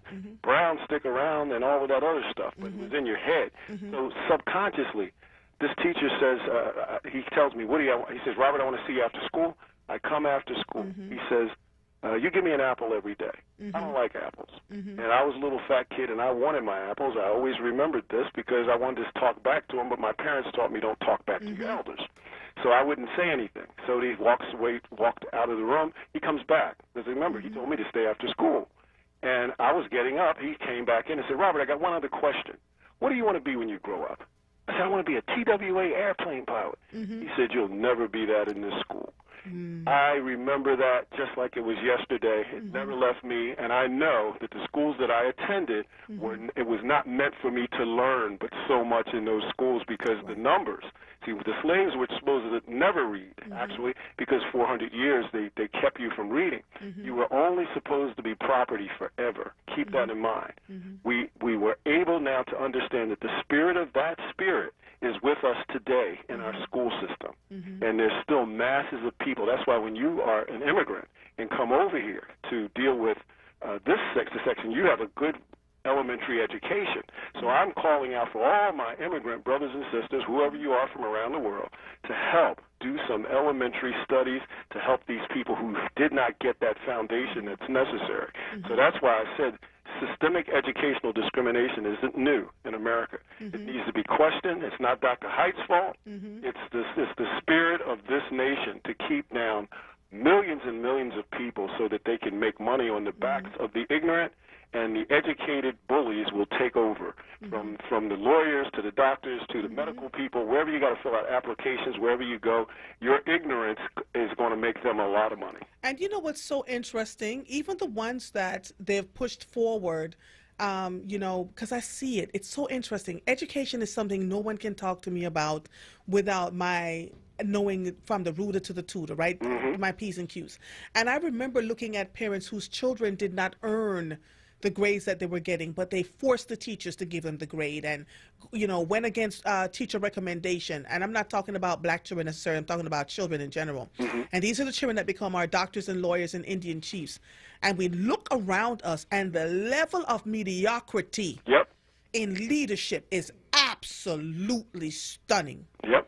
Absolutely stunning. Right. Because we raised a generation, 1 or 2 generations of children who believe all they have to do is raise their voices hard enough to get whatever they want, and they didn't have to work hard enough to get it. Right? So we have an issue on both fronts. We just do, right? Children who are systemically held back and oppressed in a system, and the system is made up of people, and those people believe inherently that many of these children can't do well, right? And then we have a system of children who were given the breaks and doing what they need to do. There's some hard workers intermixed in all of that. Lots of people pulled themselves up by their bootstraps and did all what they had to do. But, then we have a group of folks in between all of that says, well, I'm going to be a talk show host and make $4.3 million per episode, and I am going to be the lawyer. Talented people in every group. There you go. You will always have that. Like, you're a talented person. Not much would have kept you down, but having the foundation that you had and coming as an immigrant, having that foundation of the elementary education would allow you to go anywhere you want. But Woody, so check it out. My children are not immigrants, right? They were born and raised here. So the foundation. They have you. See, you are the foundation of You're their absolutely right. Education. So, but here's the thing, though, right? It's hard work. I tell people all the time, you can accomplish anything with hard work. If you're willing to sacrifice, if you're willing to not have the latest and greatest of everything, if you're willing to sit back and take a look and say, I'm willing to sacrifice to do this to get to that point, right? And not worry about what other people think, then we can make some moves. I want you to sacrifice, and before I leave, because I know you're coming up with other people. Your husband. Tell him I'm concerned because he's a South Philadelphian like me, that he doesn't have anything to worry about because he has you, motherly love, to take care of him. He will be fine. Can you tell him? Say it again, Woody. Say it again. I'm always telling the truth. He already knows it. Look, I've talked to so many people about your food. I actually wanted to get some. But I said, no, I'm not. Well, maybe I could pay her for it, But I keep hearing all these people talking about this wonderful food you make. And I'm talking about ladies as well as guys. Oh, yes. She made this, she made that. I'm hearing so much about your cooking. One day I'll taste some, hopefully. So, if you ready for this? I'll pay. So, listen, I have a Zoom class that I teach my cooking skills, because I was giving them for free. And they pay, and they come on the Zoom class, and I teach them how to make my recipes. That's why you're hearing about it. I want the hands in. Yes, no, but you're going to, you will make the food, Woody. I want you to do it. Woody, let me tell you something. Woody, and make food for me. And Woody, let me tell you something. Hand to God. Every time I have made something, the men will eat it, look at me, lick their fingers, and say, if I wasn't already married, Woody, I ain't doing that to you. My husband has already got an APB out on you. No, Woody. I'm going to teach you how to make the food, Woody. I'm not feeding you. Okay. No problem. Don't do it. Thank you, Mother.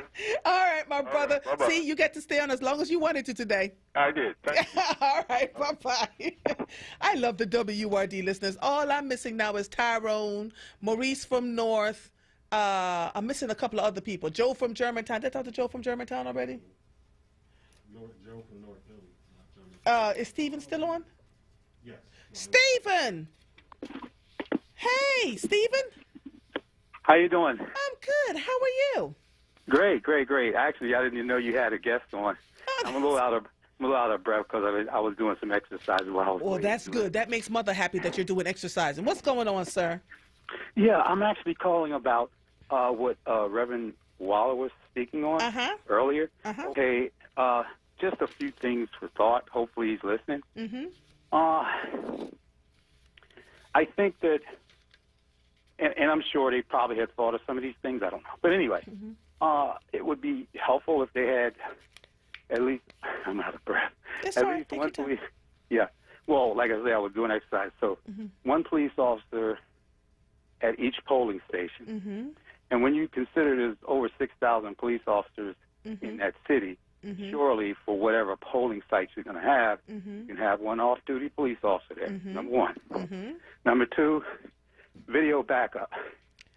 And the video, of course, these would be temporary systems. It's not going to be permanent, so the system shouldn't cost nearly as much. And the only ones that would have access to that video would be, and he can, follow Miss Outlaw on this, would be the police department and DA.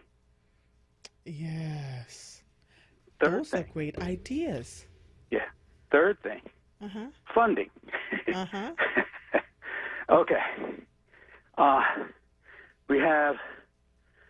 We know we have listeners, in the community, and we can certainly, try to get donations that way. And, I'll be willing to throw out 100, and, maybe my wife would be willing to do that too.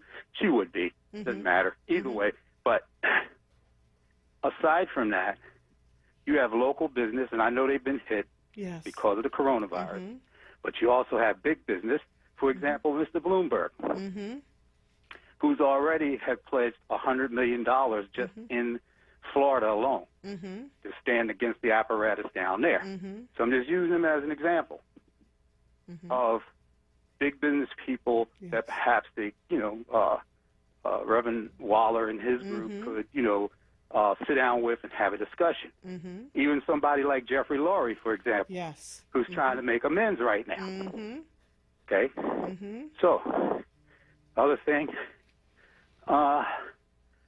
you could do it also through Democratic supporters, including, when I say the community, I'm talking about even them brothers that are in the corner. Say, look, we're trying to do this thing here.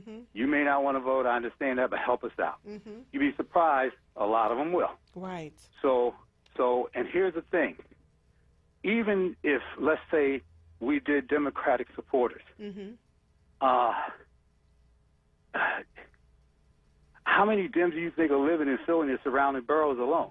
If individuals just gave up 50 cents, that would be far more than enough to take care of those camera systems that you're talking about. Stephen, I say it 1,000 times. I don't think people understand it. If everybody gave $1, just $1, the impact that we could make. But folks just don't think that their dollar is worth. I don't understand it. But you're making perfect sense. I do hope, Reverend Waller, but I'm writing all of this stuff down. You said one police officer at each polling station, off duty. Video backup that only the police department and the DA's office would see, right? Yes. And yes, funding. They would have access to. Yes, yes. Yes, and the funding. And the funding for local businesses, big businesses like Bloomberg. He pledged $100 million to Florida alone. And Jeffrey Lurie. And the guy that owns, who's that, Katz, that owns the Sixers? Jeffrey Lurie. Jeffrey Lurie owns the Eagles, he owns right? The Eagles, yeah. Who owns the Sixers? I don't know. See, I'm not really into that sports like that, but I don't know. But yeah, they could talk to him too. Yeah, and really ask them to and make it nonpartisan, right? So you're not doing it for a particular party. You just want people to come out and vote. You have some good ideas. I really do appreciate it. Thank you, man. Is this your first time calling? Oh, no, you don't remember. I called you about 2 weeks ago. I forgot what the issue was, but I, call up with some words of encouragement to let everybody know that you're not alone. Oh. That there are things afoot out here, and particularly among the men. Yes. Too often we hear, where are the men? They're not.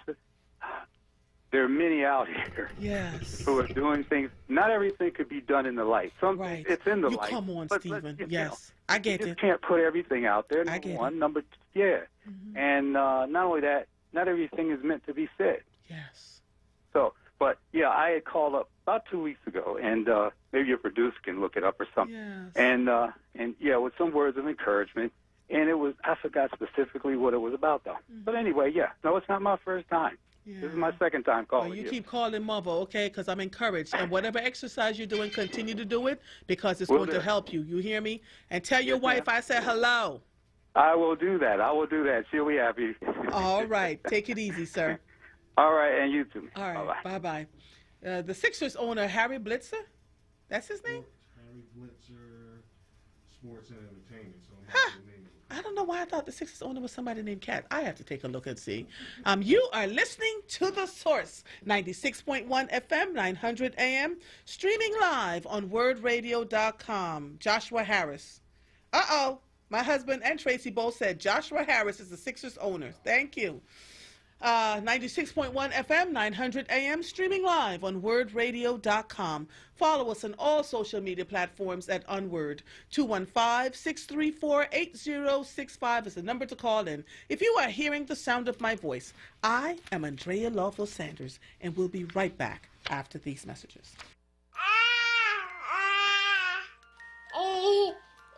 To some people, the sound of a baby babbling doesn't mean much.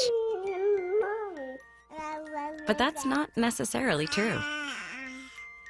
By 6 months, they're combining vowels and consonants. By 9 months, they're trying out different kinds of sounds. And by 12 months, their babbling is beginning to take on some meaning. Especially if there's no babbling at all.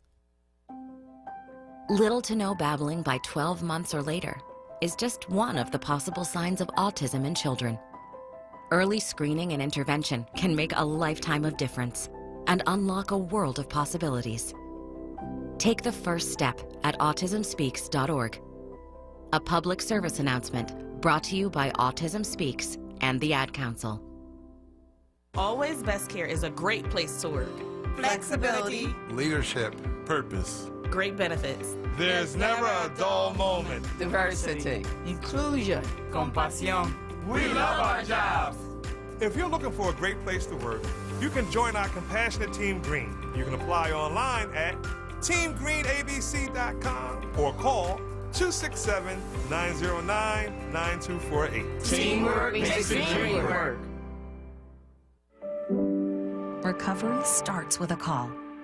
Pennsylvania's substance use disorder hotline is staffed by real people who are trained to help.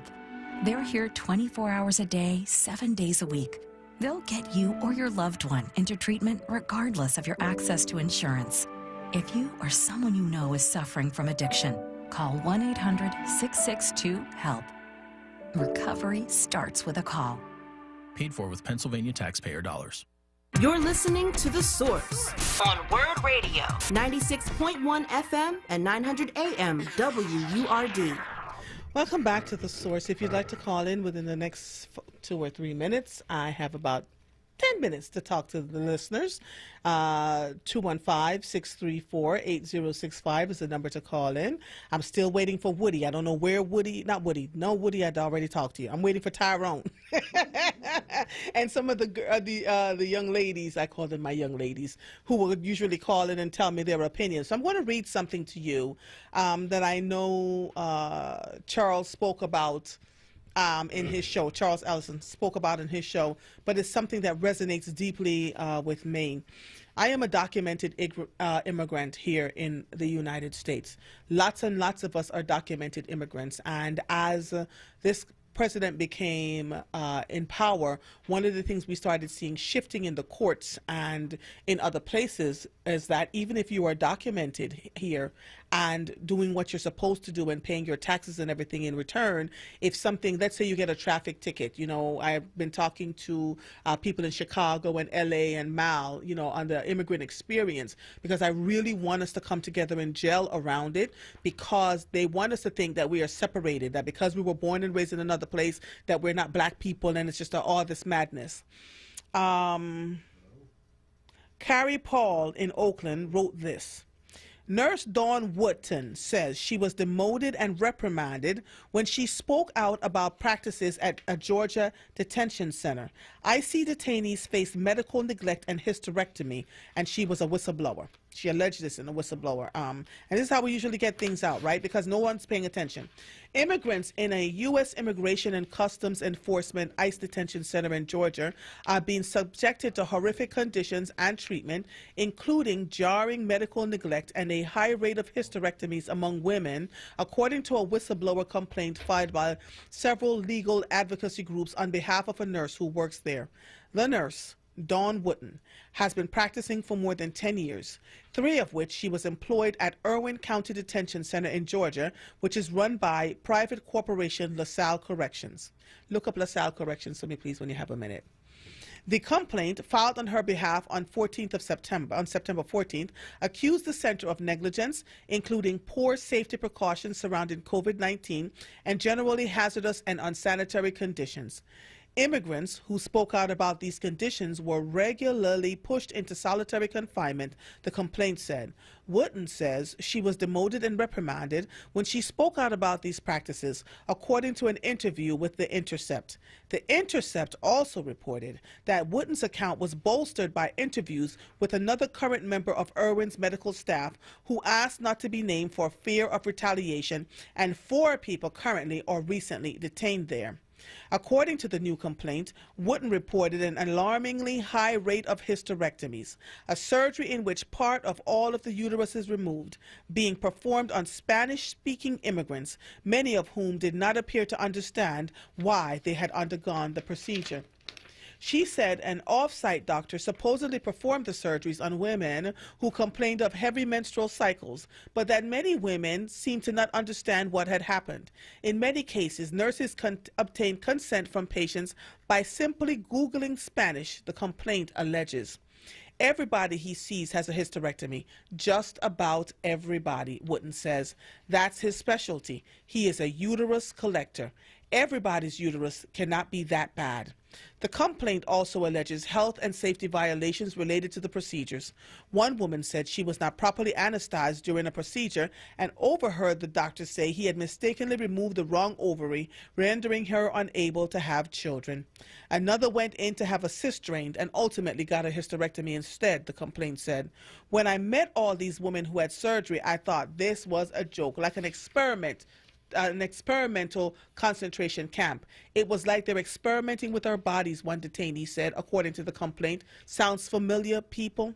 Project South, one of the human rights groups that filed the complaint, had previously filed a report in 2017 regarding Irwin's poor treatment of detainees, including unsanitary conditions in edible food and refusing medical care to detainees.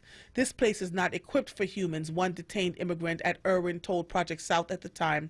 Conditions have only worsened in the face of COVID-19 threats, the complaint said. The facility has refused to test detained immigrants for COVID-19 in a timely manner, concealed numbers of positive tests, and mixed those who have been exposed to COVID-19 with those who have not, according to the complaint. Here's something that I can say to all of you.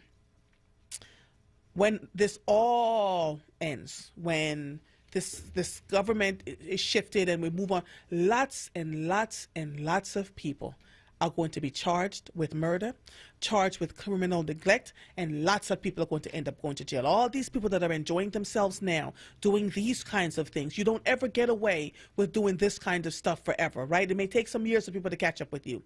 There is no social distancing possible in a detention center, said Azadeh Sasha Hashani, a human rights attorney, I'm sorry if I butchered your name, at Project South. We are calling for people to be freed immediately, and we have been calling for this facility to be shut down for a long time. Shashahani says the groups also plan to file documents to Congress as well as the United Nations. The United Nations defines imposing measures intended to prevent births within the group as an act of genocide, a crime under international law. What did I just say? These are gross human rights violations, and the United States government should be held accountable, she said.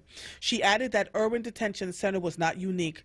Project South filed similar complaints against the Stewart Detention Center, another location in Georgia where detainees have alleged abuse.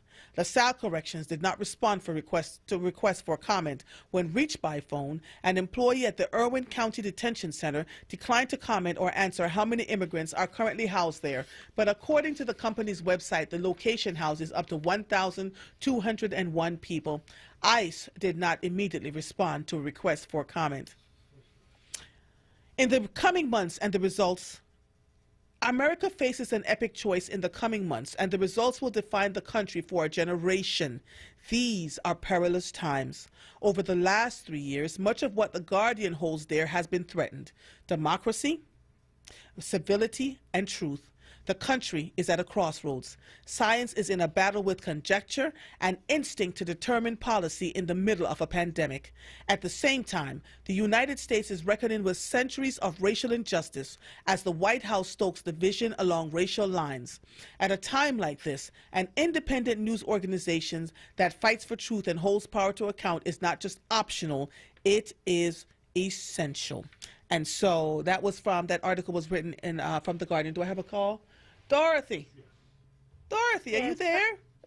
Hello, first time caller. Hi, lady. How are you? How are you? I'm fine. I listen to you every day. Oh, thank you.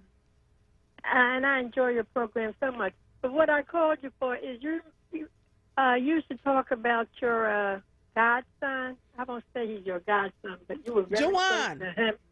Yes, how is he? Can I just tell you that I got a call from Be The Match, the organization where Jawan has now had 15,000 people sign up to be a donor, 15,000 people of color. And Jawan is amazing. Has not, at this point, he's not even concerned if he finds a match. He's just happy that 15,000 people will have an optional choice to get a match that wouldn't ordinarily have it before. And so Be The Match from California sent a filming crew to Jawan's house this weekend. And they asked me to be a part of that filming crew. He's doing well. He still needs a match. Jawan is in college online and he's working. He got a job. He has a little car. So he's living his life the best way he knows how to at this point. And one of the things that I can tell you so much about him, Dorothy, is that he's not waiting to die. He's living. You know? All right. And so listen to hear more about Jawan and Be The Match in November. They're working on something I am not at liberty to say right now, but you would be so proud of him. I just said to him as I left their house on Sunday, I said, Jawan, I'm going to need to get you back on WRD. The listeners are always asking about you, and then you called. See there? Yes, So, I was wondering about him. Yeah, he's doing well. You know, the thing with Jawan is, he went into remission. He's been dealing with this for 4 years. What really hurt him was when T'Challa died. Why am I listening to T'Challa? Come on, what's T'Challa's name? Chadwick Boseman. They were fighting, cancer at the same time. Nobody knew Chadwick had his cancer, and he passed away. And, that slammed Jawan hard and his brother, Jaden. And so, they are all trying to live every day with full intention, something that I wish we would all learn to do, right? But keep him in your prayers. I will have him back on soon and very soon. All right, so that you all can hear from him, from his mouth, how he's doing. And so, he's all right. All right. Okay, thank you so much. Oh, you're quite welcome, Ms. Dorothy. Thank you for calling in and checking on him. Oh, wow, great. All right. Okay, thank you so You're much. welcome. Have a blessed day. You too, madam. All right. Okay, thank you. Bye-bye. Bye-bye. You have anybody else on? We're good? Okay. I'm going to take a quick break because the next person you're going to hear is Dr. William Haidt from the Philadelphia School District. He is the superintendent there. Wait, it's 11:53. Let me just see if I can do one more thing before, because after I talk to Dr. Haidt, I'm not sure how much more time. Lord have mercy. Good morning. This is from David Leonhardt from the New York Times. The mail has slowed. Another hurricane is threatening the Gulf Coast, and the American West has the world's most polluted air. During a short walk in her Los Angeles neighborhood a few days ago, my colleague Jill Cowan could smell and feel the smoke that had entered her throat. In Estacada, Oregon, southeast of Portland, Lisa Jones told the Washington Post that breathing the air felt like sticking yourself in a little room with 12 people all around you smoking cigarettes. A friend of hers, Deborah Stratton, added, "It burns your chest." The worst effects of the wildfires are the direct ones, the deaths, the loss of homes, and the destruction of natural habitat. But the secondary pollution effects from the smoke that is clogging the air are not minor. The world's most polluted cities are typically in Asia, like Delhi, Beijing, Lahore, and Dhaka. Over the last few days, though, Portland, Oregon, has had significantly worse air quality than any other city in the world. The air in Los Angeles, San Francisco, and Seattle hasn't been quite so bad, but it still has been worse than in virtually any place outside of the United States. Long-term exposure to the tiny particles in polluted air increases the risk of asthma, lung disorders, heart attacks, and strokes.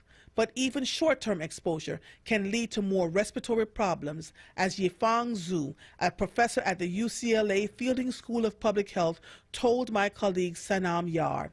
And this year's wildfires, some of which have already been going on for about a month, may have 2 weeks yet to burn.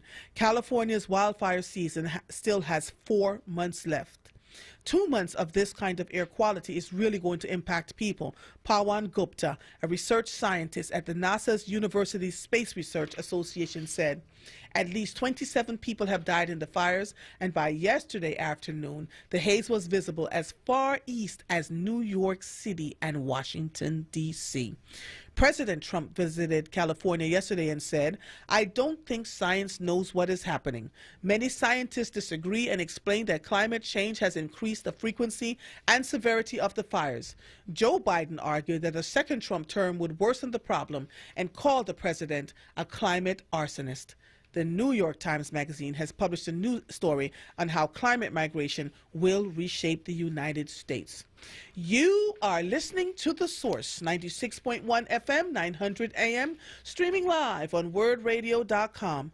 Follow us on all social media platforms at onWURD.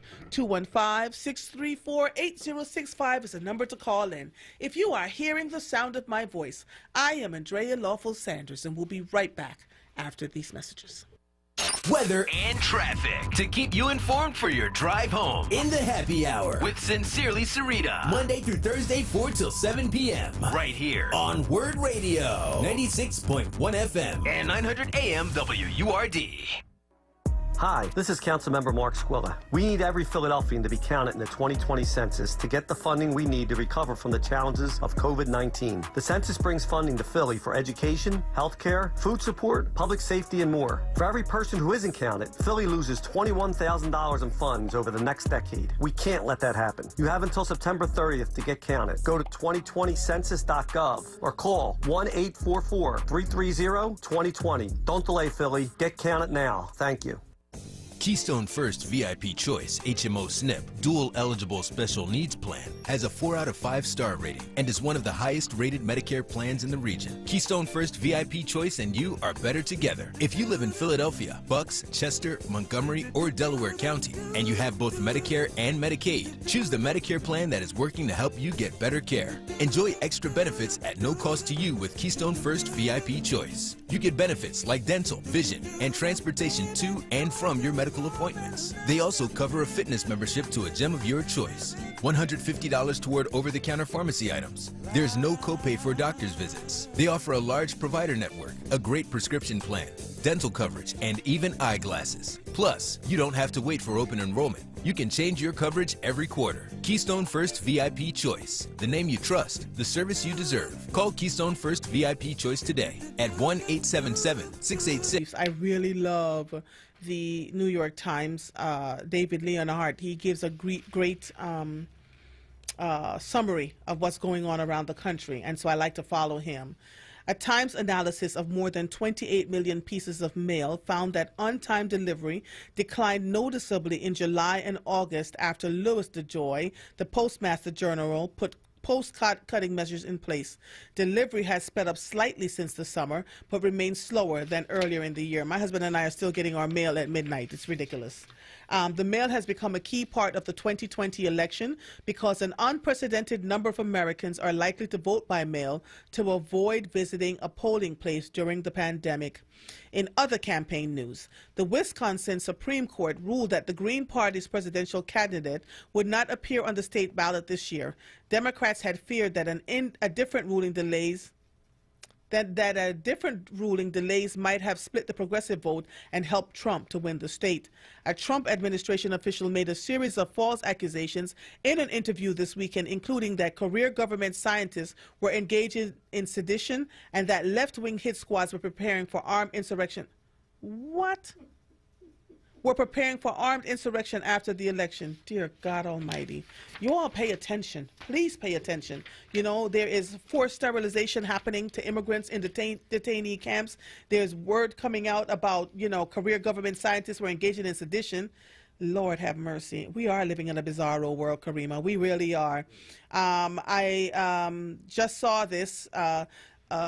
Louisville, Kentucky, the Associated Press. The city of Louisville will pay $12 million to the family of Breonna Taylor and reform police practices as part of a lawsuit settlement months after Taylor's slaying by police thrust the woman's name to the forefront of a national reckoning on race, Mayor Greg Fisher announced today. That was today. It was written by Dylan Lovan. And so here is my question. As a journalist and as a mother and as a black woman, $12 million is nice, but we still need to hold somebody accountable for shooting and killing that woman. We still need to have a reckoning for her death, and we still need some healing, right? That mother will never get her child back.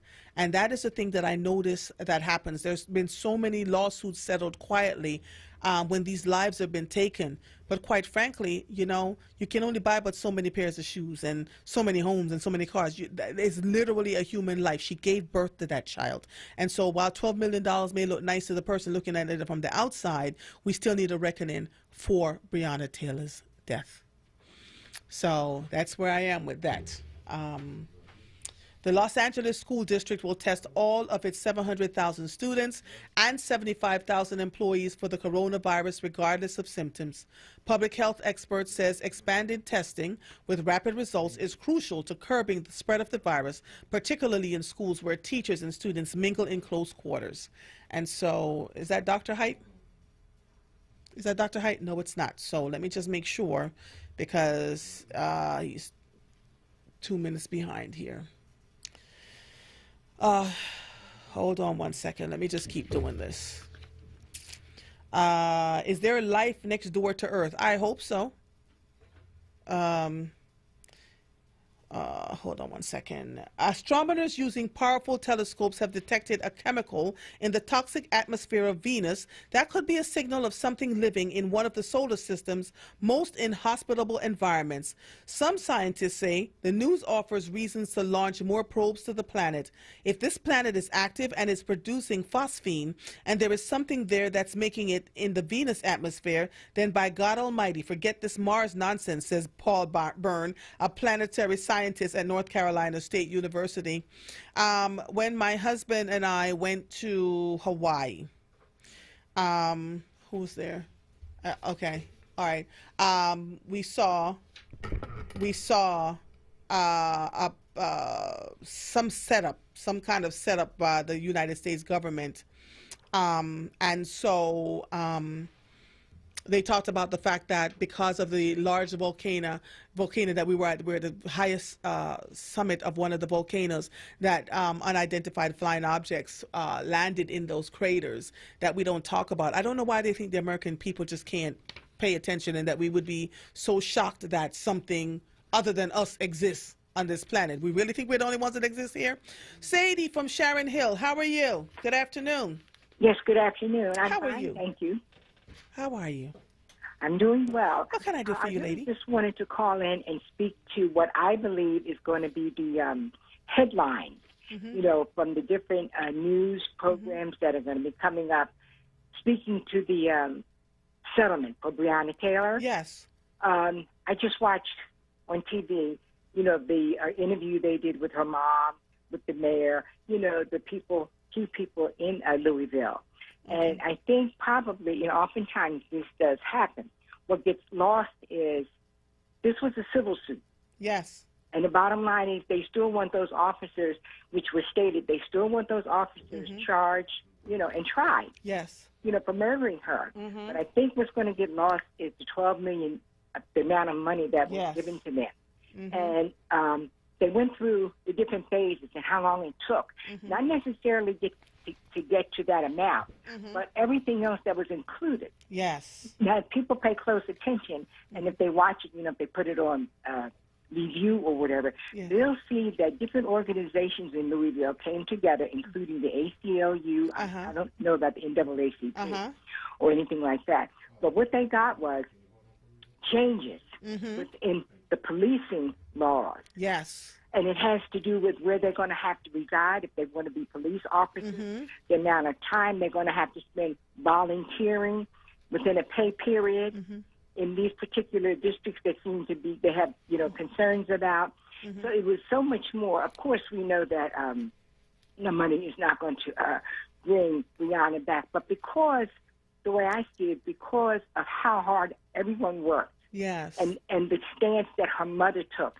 Yes. What was accomplished. And to me, it just says that if we stay together, her mother didn't get on TV and just, I guess you might say go ballistic and, express herself in a way that I guess a lot of people would have expressed themselves. Yes. Considering that her child had been murdered. Right. But just, I think we just really need to, we get bombarded.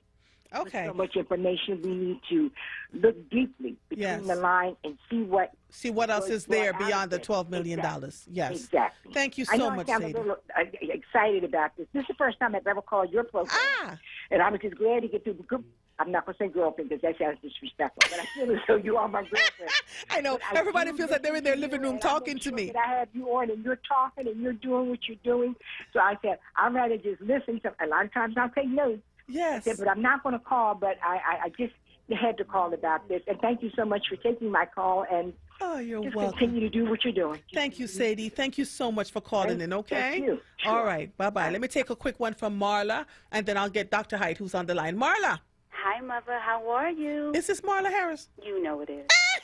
I was like the previous caller. I was just going to sit. I was just going to take my notes. But I think that it's an interesting time, and I'll keep it brief because I know that Dr. Height is waiting. Yes. But what I don't want us to lose sight of, specifically with how Breonna Taylor and her family taking the settlement ties to the United States. Right. If we are honest, we only need to look to the indigenous people and the Native Americans. We are on Lenape land here in Philadelphia. Yes. The United States has not made good on any promise that they've ever made that wasn't to their benefit. So, you look at the only case that would be somewhat similar in that a black woman killed at the arms of police, we would look at Sandra Bland. Yes. That family was only given 1.9. Yes. Now, I know that when it comes to these civil cases, our skepticism is raised because we know a lot of times there's all kinds of non-disclosures and ways that families are hushed that can then impede the criminal charges. And it's the reality is we don't know. Yeah. But you will never be able to have the money to go long and hard with our government if you don't have the financial resources. Come on now. So when we look at mothers of the movement, I pray that those mothers are circling around Breonna's mother, and perhaps there's something on the horizon we haven't even heard of yet. Yes. So that was just my little 2 cents, and I'll be tuning in. Thank you, honey. Thank you so much for calling in. All right. Appreciate it. All right. Bye-bye. Bye-bye. All right, so I'm going to pivot now and introduce you all to Dr. William R. Height. With a focus on equity, innovation, and quality, Dr. William R. Height serves as superintendent of the School District of Philadelphia, the largest public school system in the Commonwealth of Pennsylvania. Since joining the school district in 2012, Dr. Height has worked to create a system of great schools in every neighborhood. Under his leadership, the school district has opened new innovative high schools, expanded successful school models, launched in-district turnarounds, and redesigned schools in partnership with communities. His overall focus remains on strengthening all elementary and secondary school offerings. That's great because someone called about elementary school.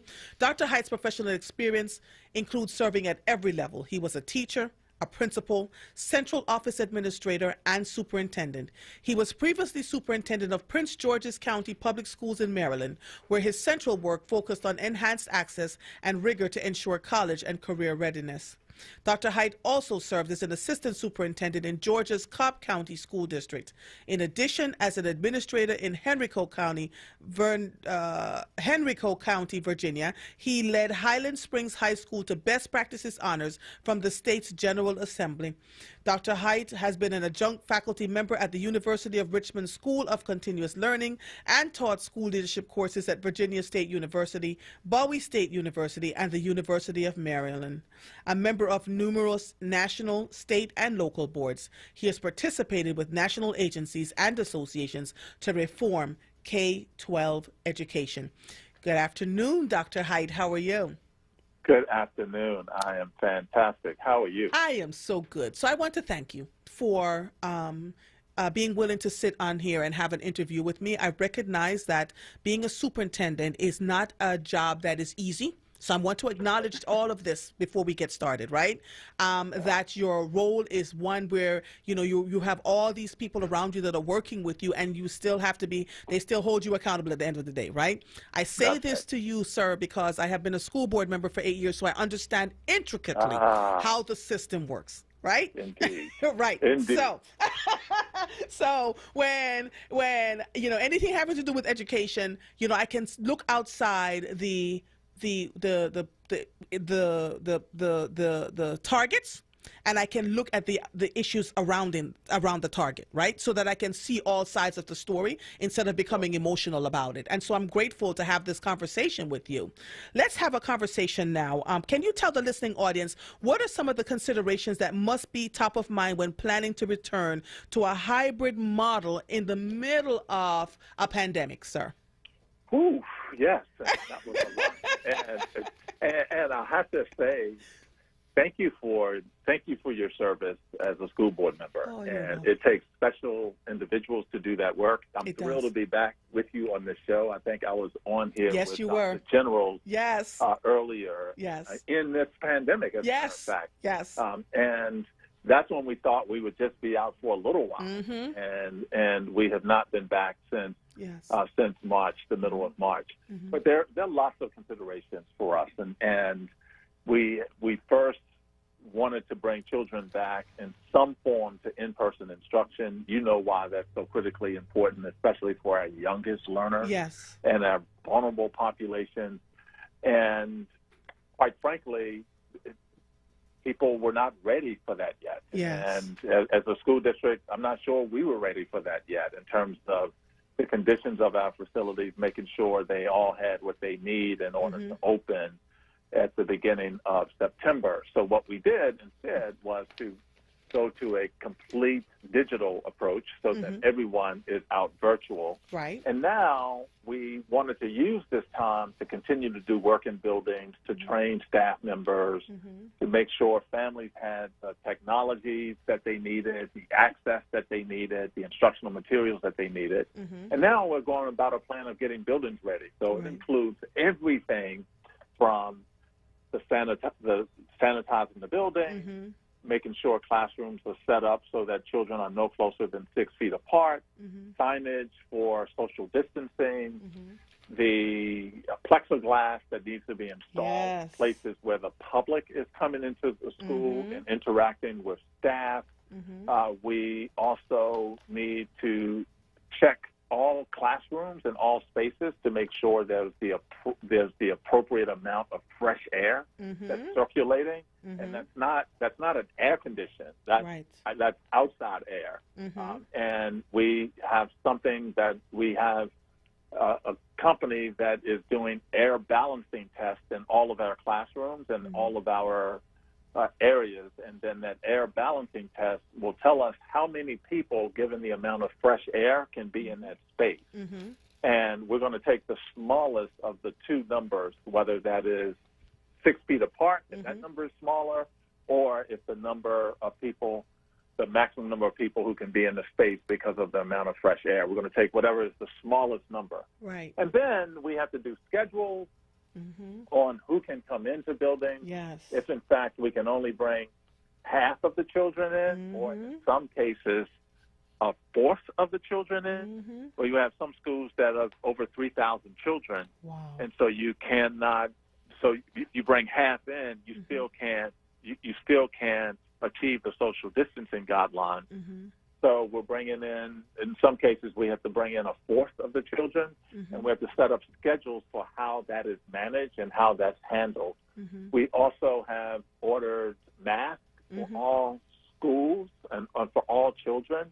We also have masks that we're going to be providing for some staff members. In some cases, we have face shields for staff members and students in addition to. For other staff members, like medical staff in schools, we have PPE, N95 masks, gowns. Oh my but all of these things then must be in place in order to bring young people back. And so, can you imagine then the challenge on families trying to navigate through all of this, in addition to the challenges of our principals, our school staff, our individuals who are cleaning buildings, maintaining buildings, helping to distribute computers. And while we were doing all of this, we also distributed some 5 million meals since we've been out, and we continue to distribute meals for all of our students and families. We've also created a hotline. It's called the Philly Hope Line. It's where individuals can come in contact with a counselor and talk through the issues that they may be experiencing because of their isolation. And this is available, Andrea, for students and for families. And that's called the Philly Hope Line. And then we have hotlines in 10 languages for parents to get general information about the school district and all of the things that are happening. So those are just a couple of the things that we're doing as we prepare to get young people back into school. Okay, so it's so interesting, right, when we are talking about learning online right now and working to get back to a hybrid model, that we tend to, as family members and sometimes as educators, sit in our spaces of, well, I'm not accustomed to things being done this way, and I want my children back in school. And, how do you balance that act of trying to make everybody happy, knowing you can't make that is not possible? How do you choose now? You're clearly choosing the safety of the children, but you're talking about things like sanitation and plexiglass and check all classrooms and appropriate amount of fresh air and the air balancing tests and schedules on who can come into the buildings and ordered. I tell you, I'm writing. I am a writer too, right? So I try to keep track of the things you're saying. In my mind's eye, I'm thinking, in order for you to accomplish that, you're going to need to have what, sir? Who needs to be in the building? A, that's the first thing. B, how long will it take for you to get to the place where you will be able to consistently to pull together a hybrid model? And what will be required to make that happen? Because you can't do this alone. It's going to require people. This absolutely requires people. And as a school board member, as a former school board member, you know that there is, I started early on in my career trying to make everyone happy, and then I concluded that it's impossible, right? And now the things that I do are based on what, in my professional opinion, is in the best interest of the children we serve. And what do we do to ensure that those young people have access to the opportunities, that they're safe, and they are cared for? And we're using that approach to do this. So we're guided by the guidance that comes out of the CDC and the guidance from the health commissioner in setting the protocols for this. But we're also working with all of our unions to make sure that they are also a part of this process, because as you heard, Andrea, as I was describing this takes everybody to come together to do this. And if we were just relying on my building engineers, it's impossible for those individuals to do this by themselves. If we were just relying on the individuals who clean and maintain our schools, it's impossible, because those individuals don't develop schedules. Right. They can't register children. Right. They can't provide instructional materials to the parents who are coming in to say, my child is in a third grade class and can I have their books? And so it takes individuals. It takes our building leaders being in schools. It takes other individuals that can support our building leaders in schools. I've assigned everybody from central office to support a school and support the building leaders, and that's everything from helping them answer the phone to helping them call and contact families and parents or receiving individuals in schools. And so it takes all of us to do this work. And so it's really important that and I've said, the only way we're going to get through this thing that none of us has experienced before is working together. And we also need to acknowledge that there are going to be times when it's going to be incredibly messy, that and because the data changes, the circumstances and conditions change almost daily, and people who, and we've learned from other countries and other school districts, that like my colleagues down in Orlando, Florida, they've already had to close 18 schools because the case counts increased. But they're still in other schools, and so they're basing it on the recommendations from the health commissioner, and we're factoring in all of those things as we move towards some form of in-person instruction. All right. Hold on one second, Dr. Hyde. I'm going to take a quick station break, and then we'll be right back, okay? You are listening to The Source, 96.1 FM, 900 AM, streaming live on WordRadio.com. Follow us on all social media platforms at onWURD. 215-634-8065 is the number to call in. If you are hearing the sound of my voice, I am Andrea Lawful Sanders, and we'll be right back after these messages. Get your money straight. Get my money right. It's Solomon Jones and Akbar Hassan. Fridays on Wake Up with Word. 7 a.m. till 10 a.m. Hosted by Solomon Jones. Exclusively on Word Radio. 96.1 FM and 900 AM WURD. Streaming live on WordRadio.com and on the Word Radio app. Right now, the health and financial security of older Americans are on the line. That's why AARP Pennsylvania is fighting for your voice to be heard. AARP Pennsylvania wants to make sure that you know all of your voting options and that all Americans can vote safely, whether they choose to vote from home or in person. To learn more about your voting options, visit aarp.org/PA Votes, paid for by AARP. Family Therapy Vignette Moments with Dr. Lucille Ijoy. It's never too early to talk about registration and voting. Listen to this rap about registration and voting. It's called A Two-Step by Dr. Lucille W. Ijoy and Bill D. Jolly.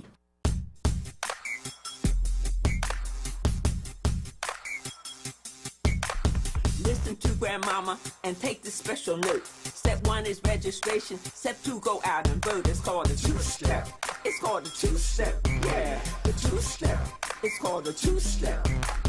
Calling all citizens, don't you delay. It's time to do the two-step and do it right away. You say you want to have, you say you want to change. Well, get up off your duck. You have the power to arrange. Two-step. It's called a two-step. Yeah, the two-step. It's called a two-step.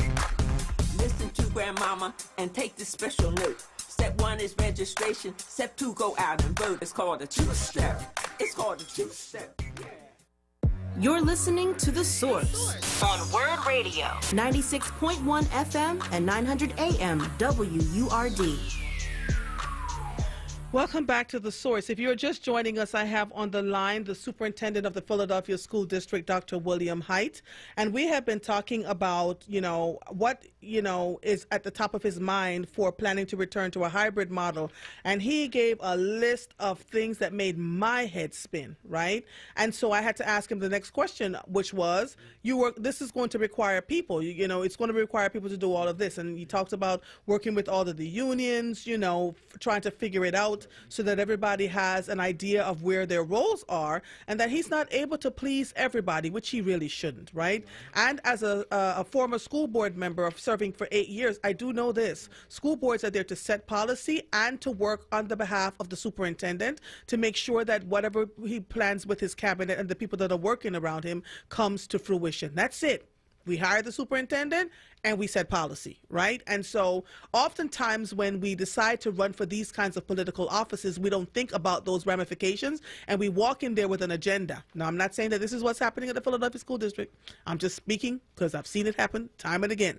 And so in something like this, a pandemic where we have never had something like this happen ever in our lifetimes, where people are getting sick because it's airborne, and we had a president that said that it wasn't airborne and he knew it was airborne in February, and people continue to get sick. We have to have the kind of leadership that's going to be able to take the knocks, the hits from people who are frightened, don't know what they're doing, and trying to figure this thing out while trying to stay safe themselves. So Dr. Haidt has given me quite an extensive background and what they've been trying to do to get the schools back up and running, because quite frankly, we're not going to stay virtual for the rest of our natural born lives. So it makes natural sense to plan ahead. Dr. Haidt, talk about the work that you've been able to do in the buildings related to building improvements since your schools have been closed, because remember we were talking about asbestos and everything else. Yeah. And, yes. Yeah. No, thanks, Andrea, for that.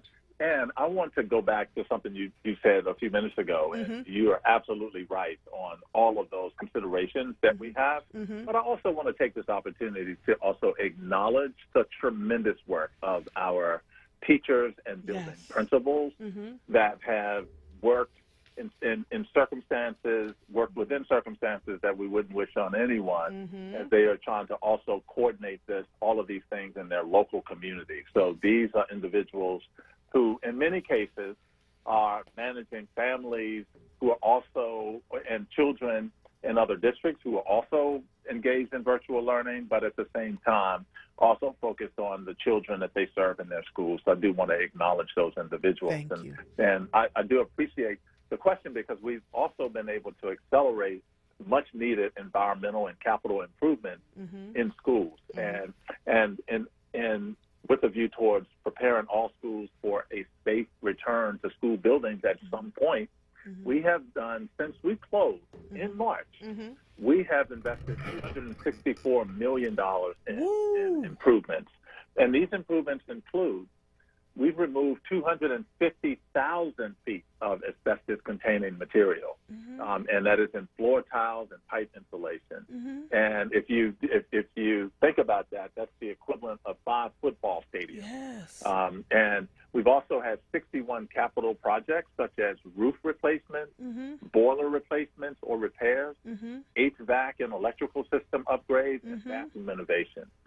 We've modernized 147 classrooms. Wow. And that is in 11 schools, and those are in our earliest grades. And so we wanted to modernize those facilities to bring them more recent, to bring them into a more recent environment or educational environment. And we have 24 paint and plaster projects, and the paint and plaster projects are removing the lead paint in schools. And so we have now brought our total number of certified lead-safe schools to 110. Wow. At one point, we had very few lead-safe schools, but now we have 110. And then we've also used what we call guaranteed energy savings, and we call these geyser projects, and we have 2 schools that have been a guaranteed energy savings project at Gompers and Lincoln High School. Okay. And as I indicated before,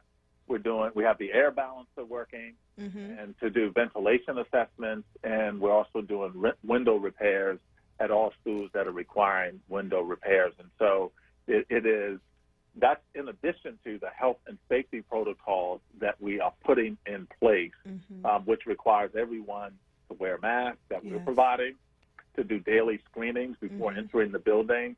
We have enhanced cleaning protocols, and we have signage, floor markers, classroom design for the number of people who could be in the classroom, and the installation of plexiglass.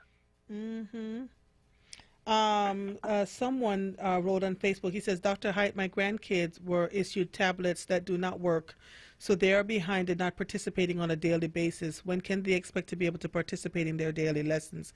What should this person do? Yeah, depending on where they are in the city. And right now we have 4 locations where individuals individuals could take that tablet to be repaired. And if they are in a school district of Philadelphia school, they could take that tablet, or they could take that Chromebook they can bring it here to 440 North Broad Street, or they could take it to Chalfont Avenue, that's Fitzpatrick Elementary School, and they could take it there. They could take it to Martin Luther King High School if they're in that area of the city, or if they're in South Philadelphia, they could take it to South Philadelphia High School. So those are the 4 places. And so Fitzpatrick, Martin Luther King High School, South Philadelphia High School, and the headquarters at 440 North Broad. And headquarters at 440 North Broad, because sometimes they call in. So. Correct, and they don't have to wait for the repairs. They just get a new device. They just get a different device. Oh, so they get a different device, and then they bring it in and just trade it off, and just make sure that they bring it in. And once they bring it in, they get another device. Okay. Dr. Height, what do you say to the people who are just not disbelieving of everything that you just laid out here? How do we get people to believe and understand that there's work being done? And I again, see, when you sit in these places, in these positions, and you understand. I remember people showing up at our school board meetings saying, you didn't do this, you didn't do that, you didn't say. And we say, yes, we had a meeting back on this date, and we showed in our report that this happened and that happened and that happened. And sometimes we have meetings for months and months and months that we're going to close something or do something differently. And when the date is upon us, then we have like people, there are folks who still don't believe that the schools are being cleaned. They don't believe that you put out $264 million. What do you do to that? What do you say to that, sir? Yeah, that's a great question, and one question that we've talked about a lot here. And here's the other thing, Andrea, that I think is important. Actions speak a lot more than words. Yes. So people have to see the actions. They have to see the results. And that we want, I can say till I'm blue in the face that we're going to clean schools. We're going to tell individuals going to schools to notice that they're clean. Right. And so now it's the litmus test. And we now have on the website, on our website at www.philasd.org, we have a checklist it's called a school readiness checklist. And it has all of these indicators on it. And it talks about the schools that have had the ventilation checks. It talks about the schools that have all of the sanitation stations set up, or the hand sanitizer stations. It talks about the classrooms that have been cleaned, or the modernization. And individuals can go and check their respective school. But we're also trying to be more proactive in creating community signage that highlight the project. We have, I know a lot of people don't know that we have like 3 schools under active construction or renovation, and another 2 schools that will be new. One is in North Philadelphia at the old T.M. Pierce building. Okay. That school is going to be replaced with a brand new school. Okay. And we've been busy with that community planning for what that new school will look like. Yes. The other school is the Cassidy School in West Philadelphia, in Southwest Philadelphia. It's West Philadelphia. And that school is also going to be replaced. And so we have these projects happening. And until people see those projects happening, we have a lot of old buildings. And the average age of the school buildings in Philadelphia is 70 years old. And someone was asking about lead and asbestos in the buildings earlier today. I said, so I got here in 2012. Those problems didn't start in 2012. Yes. They started long before 2012, and because of years of neglect, they have not been addressed. And I've made a commitment that we're going to address every one of them. And it's going to take us some time. Right. And people need to understand that this didn't all happen overnight, and we can't fix it overnight. Right. It's going to take time and resources, which is also really important. And so you talked about a president who was talking about the virus can't be spread. That's the president who also said we needed to get back into schools. The children needed to get back in schools, but they can't approve a package out of Congress or out of the White House that to help support the revenue we need in order to get children back into schools. And so you can't say one thing and then do another. Our actions speak a lot louder words, and people will need to see it, and they will need to see that we have toilet paper in the bathroom, and the rooms have been cleaned, and that we have signage in buildings, and everything works, and the windows open, and so people will need to see that. Yes. I can't thank you enough for being willing to have this conversation, because I know it's not been easy for you. I know you have principals who are unhappy right now. And so, I really wanted to talk to you so that people could hear what exactly was going on and why you required to have people in the schools, without students, so that we can get some of these things done, like the plexiglass, the sanitation.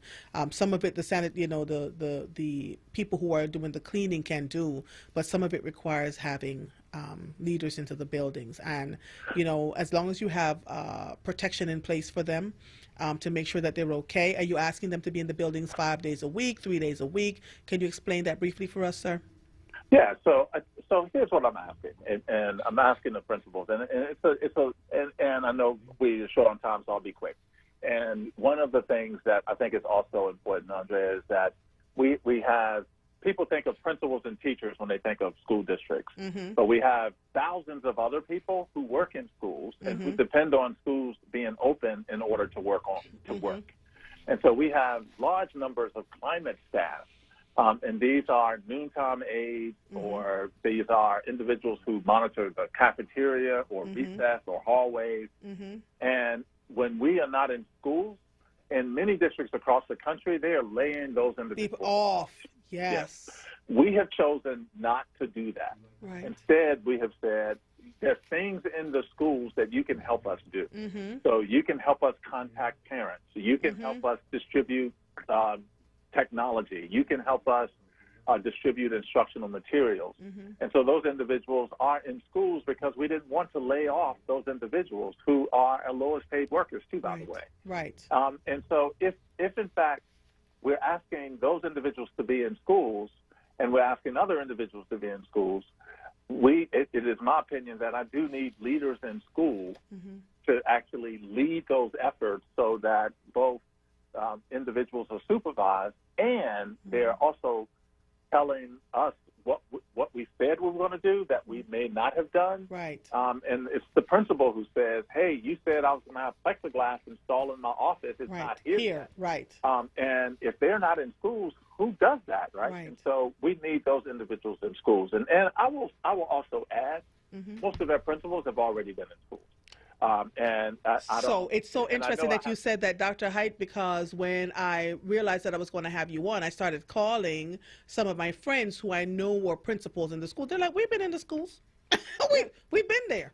Absolutely. So that was interesting that you said that, because they said it to me. I did an informal poll, because I'm in education all the time. I know principals and teachers, and they were like, principals, like, we show up for our buildings. We want to make sure, so we're not, I don't know. Well, yeah.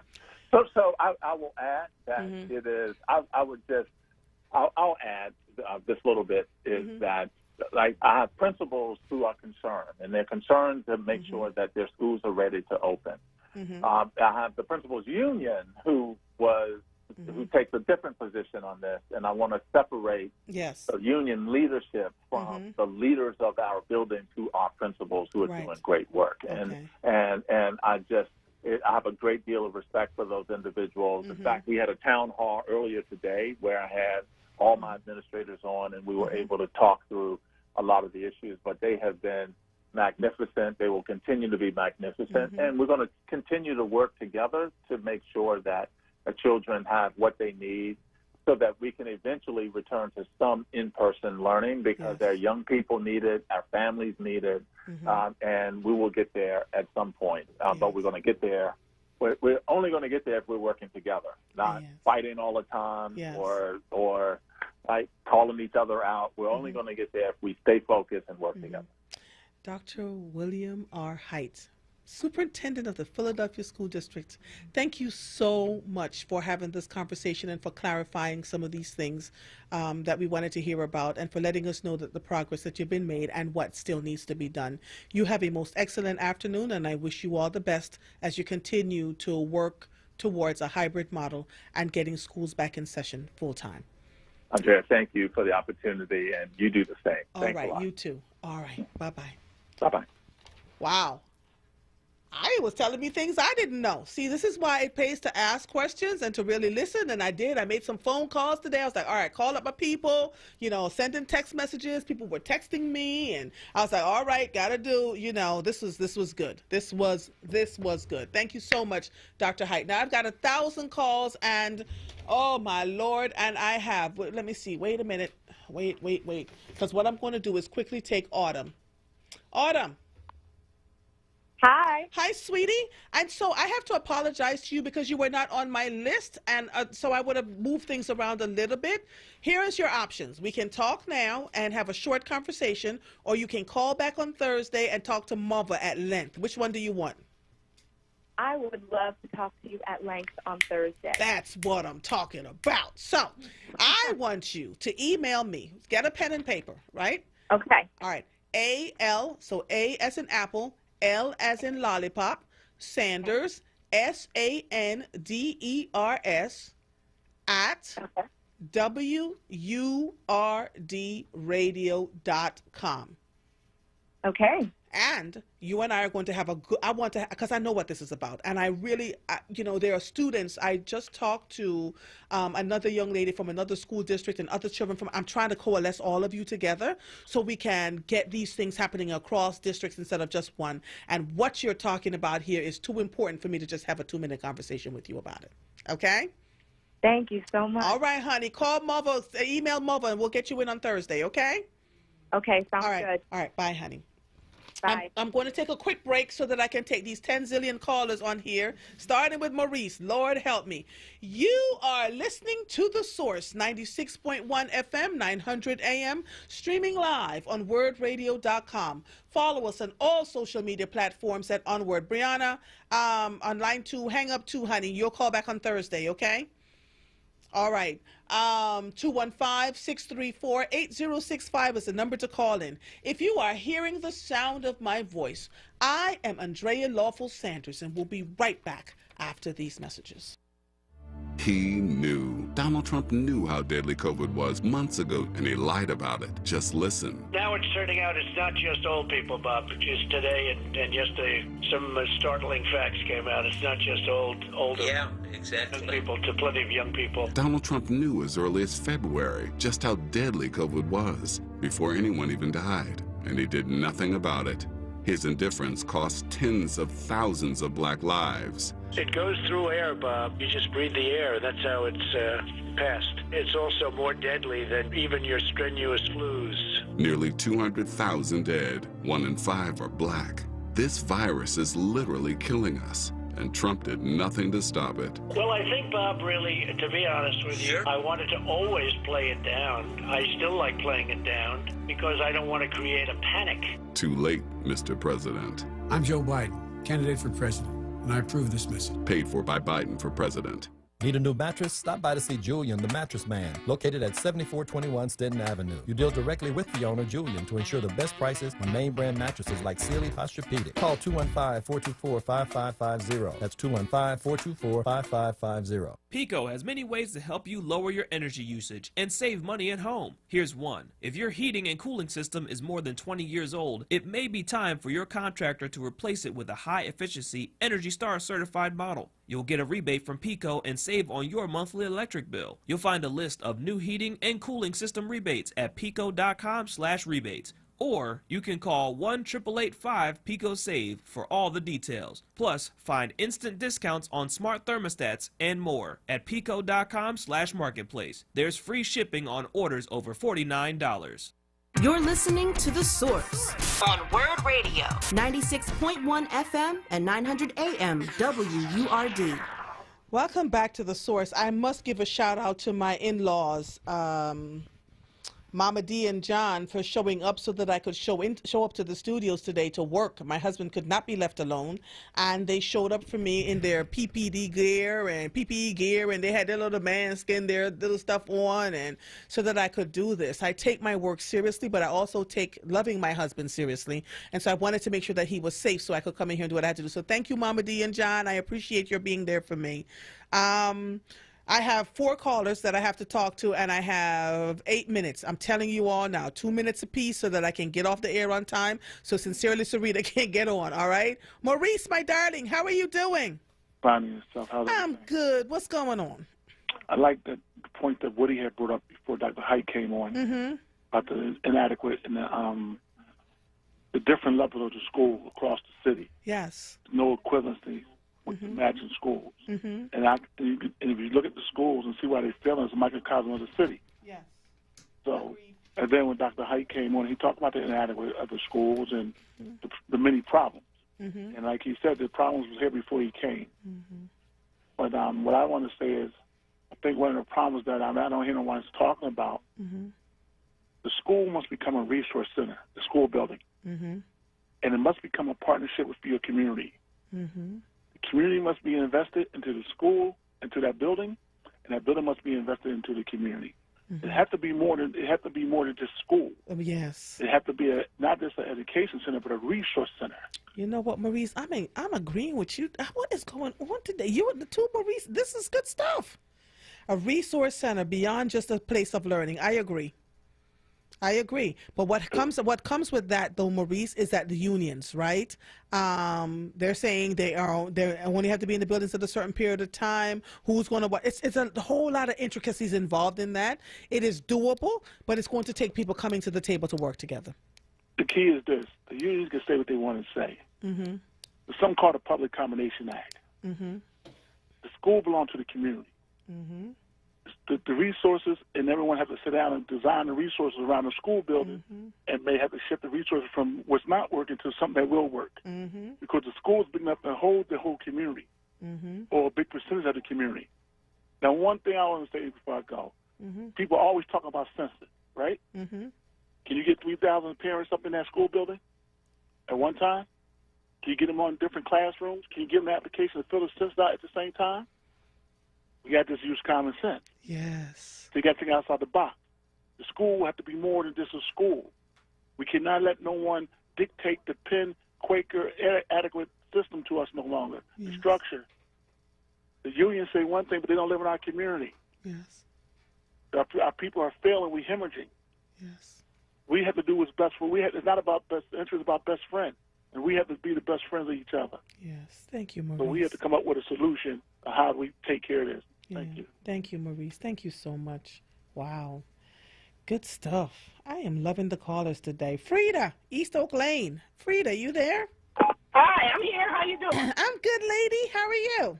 Okay. Hi, neighbor. Hi, neighbor.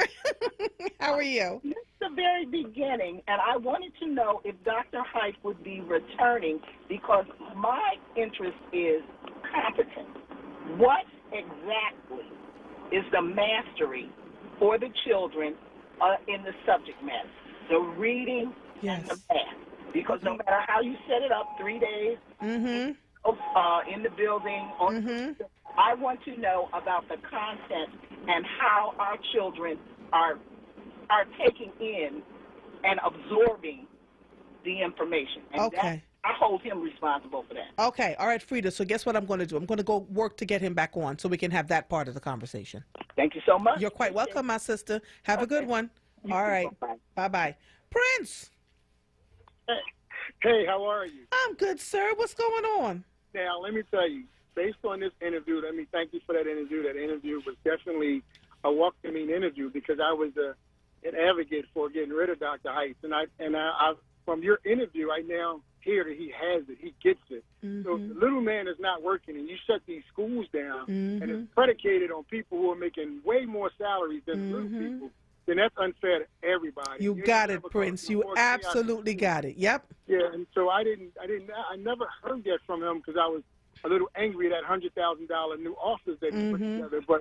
But I'm no longer on the bandwagon to get rid of him if he speaks that kind of consciousness to employ people so people can be working during these trying times. There you go. And so I remember when Martin Luther King and Germantown both had stabbings like a week apart. Miss Veronica Joyner from Parents United for Better School, who now has her own charter school, Mathematics, Civics, and Science, had contacted me and all my guys from the streets and stuff like that. And what we did was we'd taken the database of the parents. We've asked the parents to come and help us monitor the school. And it's a big difference when the kid that's acting out, mom is walking the You hallway. better come on. And Yep. dad is walking the hallway. Mm-hmm.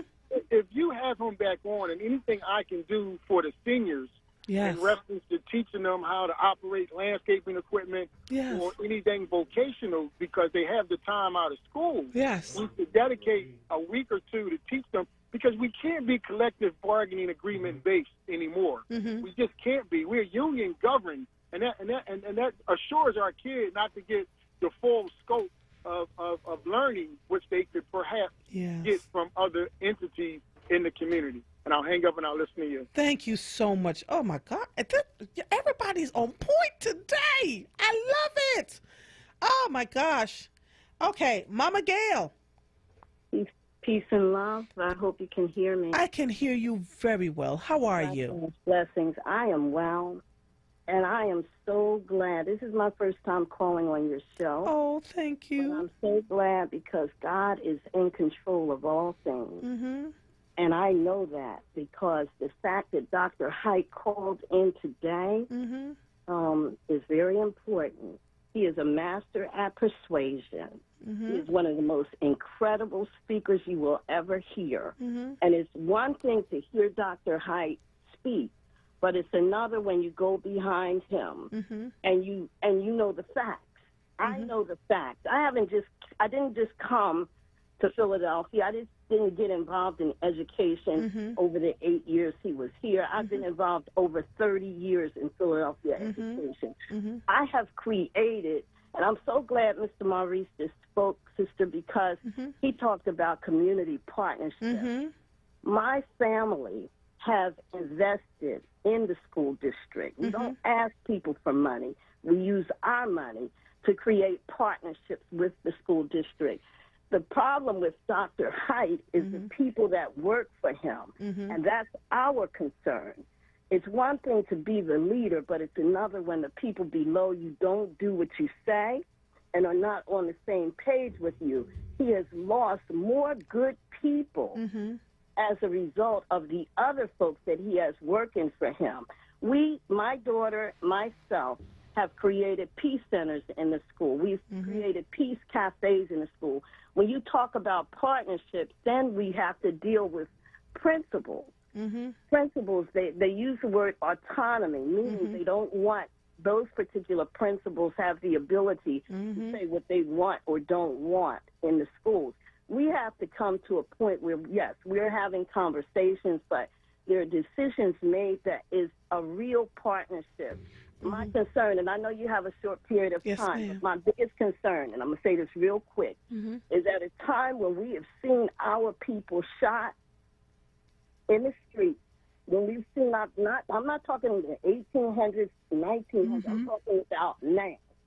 I saw adults are being shot, teenagers are being shot. I'm not talking about by each other, I'm talking about by the police. Right. We are talking about putting our children back in these buildings without oversight. We can't have that. That's what I want to say. Yes. We cannot have buildings open and community not be allowed to come in to see what's happening in these schools. That's what I want to say. Okay. It has to be open door policy. Okay. When you open the door for the children to come in, people that can watch over them must come in with them. Peace and love, family, blessings. Oh, same to you, Mama Gail. You have a good one, okay? I will. All right. Bye-bye. Wow. That was it. Listen. You all made Mother earn her coins today. I mean, I missed one day in the studios. I come back and you worked me out. But thank you all so much. This show was enlightening. It was encouraging. And I have hope that people are starting to listen. We don't always have to agree with what we hear, but what we can do is state the facts, right? So if you hear something on the radio and it doesn't sound right to you and you have evidence evidence of something otherwise, send the evidence to me, right? Pictures, emails, whatever you have that can corroborate what you have to say. Where I lose focus with you is when you call and you scream or you're hollering and you have no evidence to back it up. I need evidence-based stuff so that we can find great solutions on behalf of the citizenry of this city. We are all very aware of what's going on here, right? There is too much that is awful. Mama Gail was the last person that called in, and in a sense, I agree with Mama Gail in that I think Dr. Haidt has in his cabinet more than a couple of people that may not be doing everything that they could do to the best of their ability, right? Sometimes we get into these jobs, we've been there for more than a year or two, and we've gotten very comfortable, right? And we forget about the people that we're serving. I'm not saying that the majority of his staff is that way. I know some great people that work over there that sits on his staff. But, you know, we have to look at the people who are not making the moves. And when the left hand doesn't know what the right hand is doing, we can't get anything done. And in the middle of that is the leader of the school district who thinks everything is happening, and, you know, things get lost in the sauce. That's also difficult too, because it's such a large place, right? You know, people fuss about his salary, but I want you to know the superintendent of Abington School District was only making like a couple $1,000s less than Dr. Haidt. And that school district only had 8,700 and something students versus the 220-something thousand at the Philadelphia School District. So the salary may seem enormous, but the peace of mind, what they have to deal with every single day, and they're on 24 hours, 7 days a week. It's very difficult for them to do what they need to do to get where they need to go, and they have to have a certain skill set to be there. And so, yeah, it's a lot, right? But I want to thank you all so much for, you know, another great episode of The Source. Coming up next is Sincerely Sarita for Happy Hour. I am Andrea Lawful Sanders. I'll see you when I see you. Goodbye.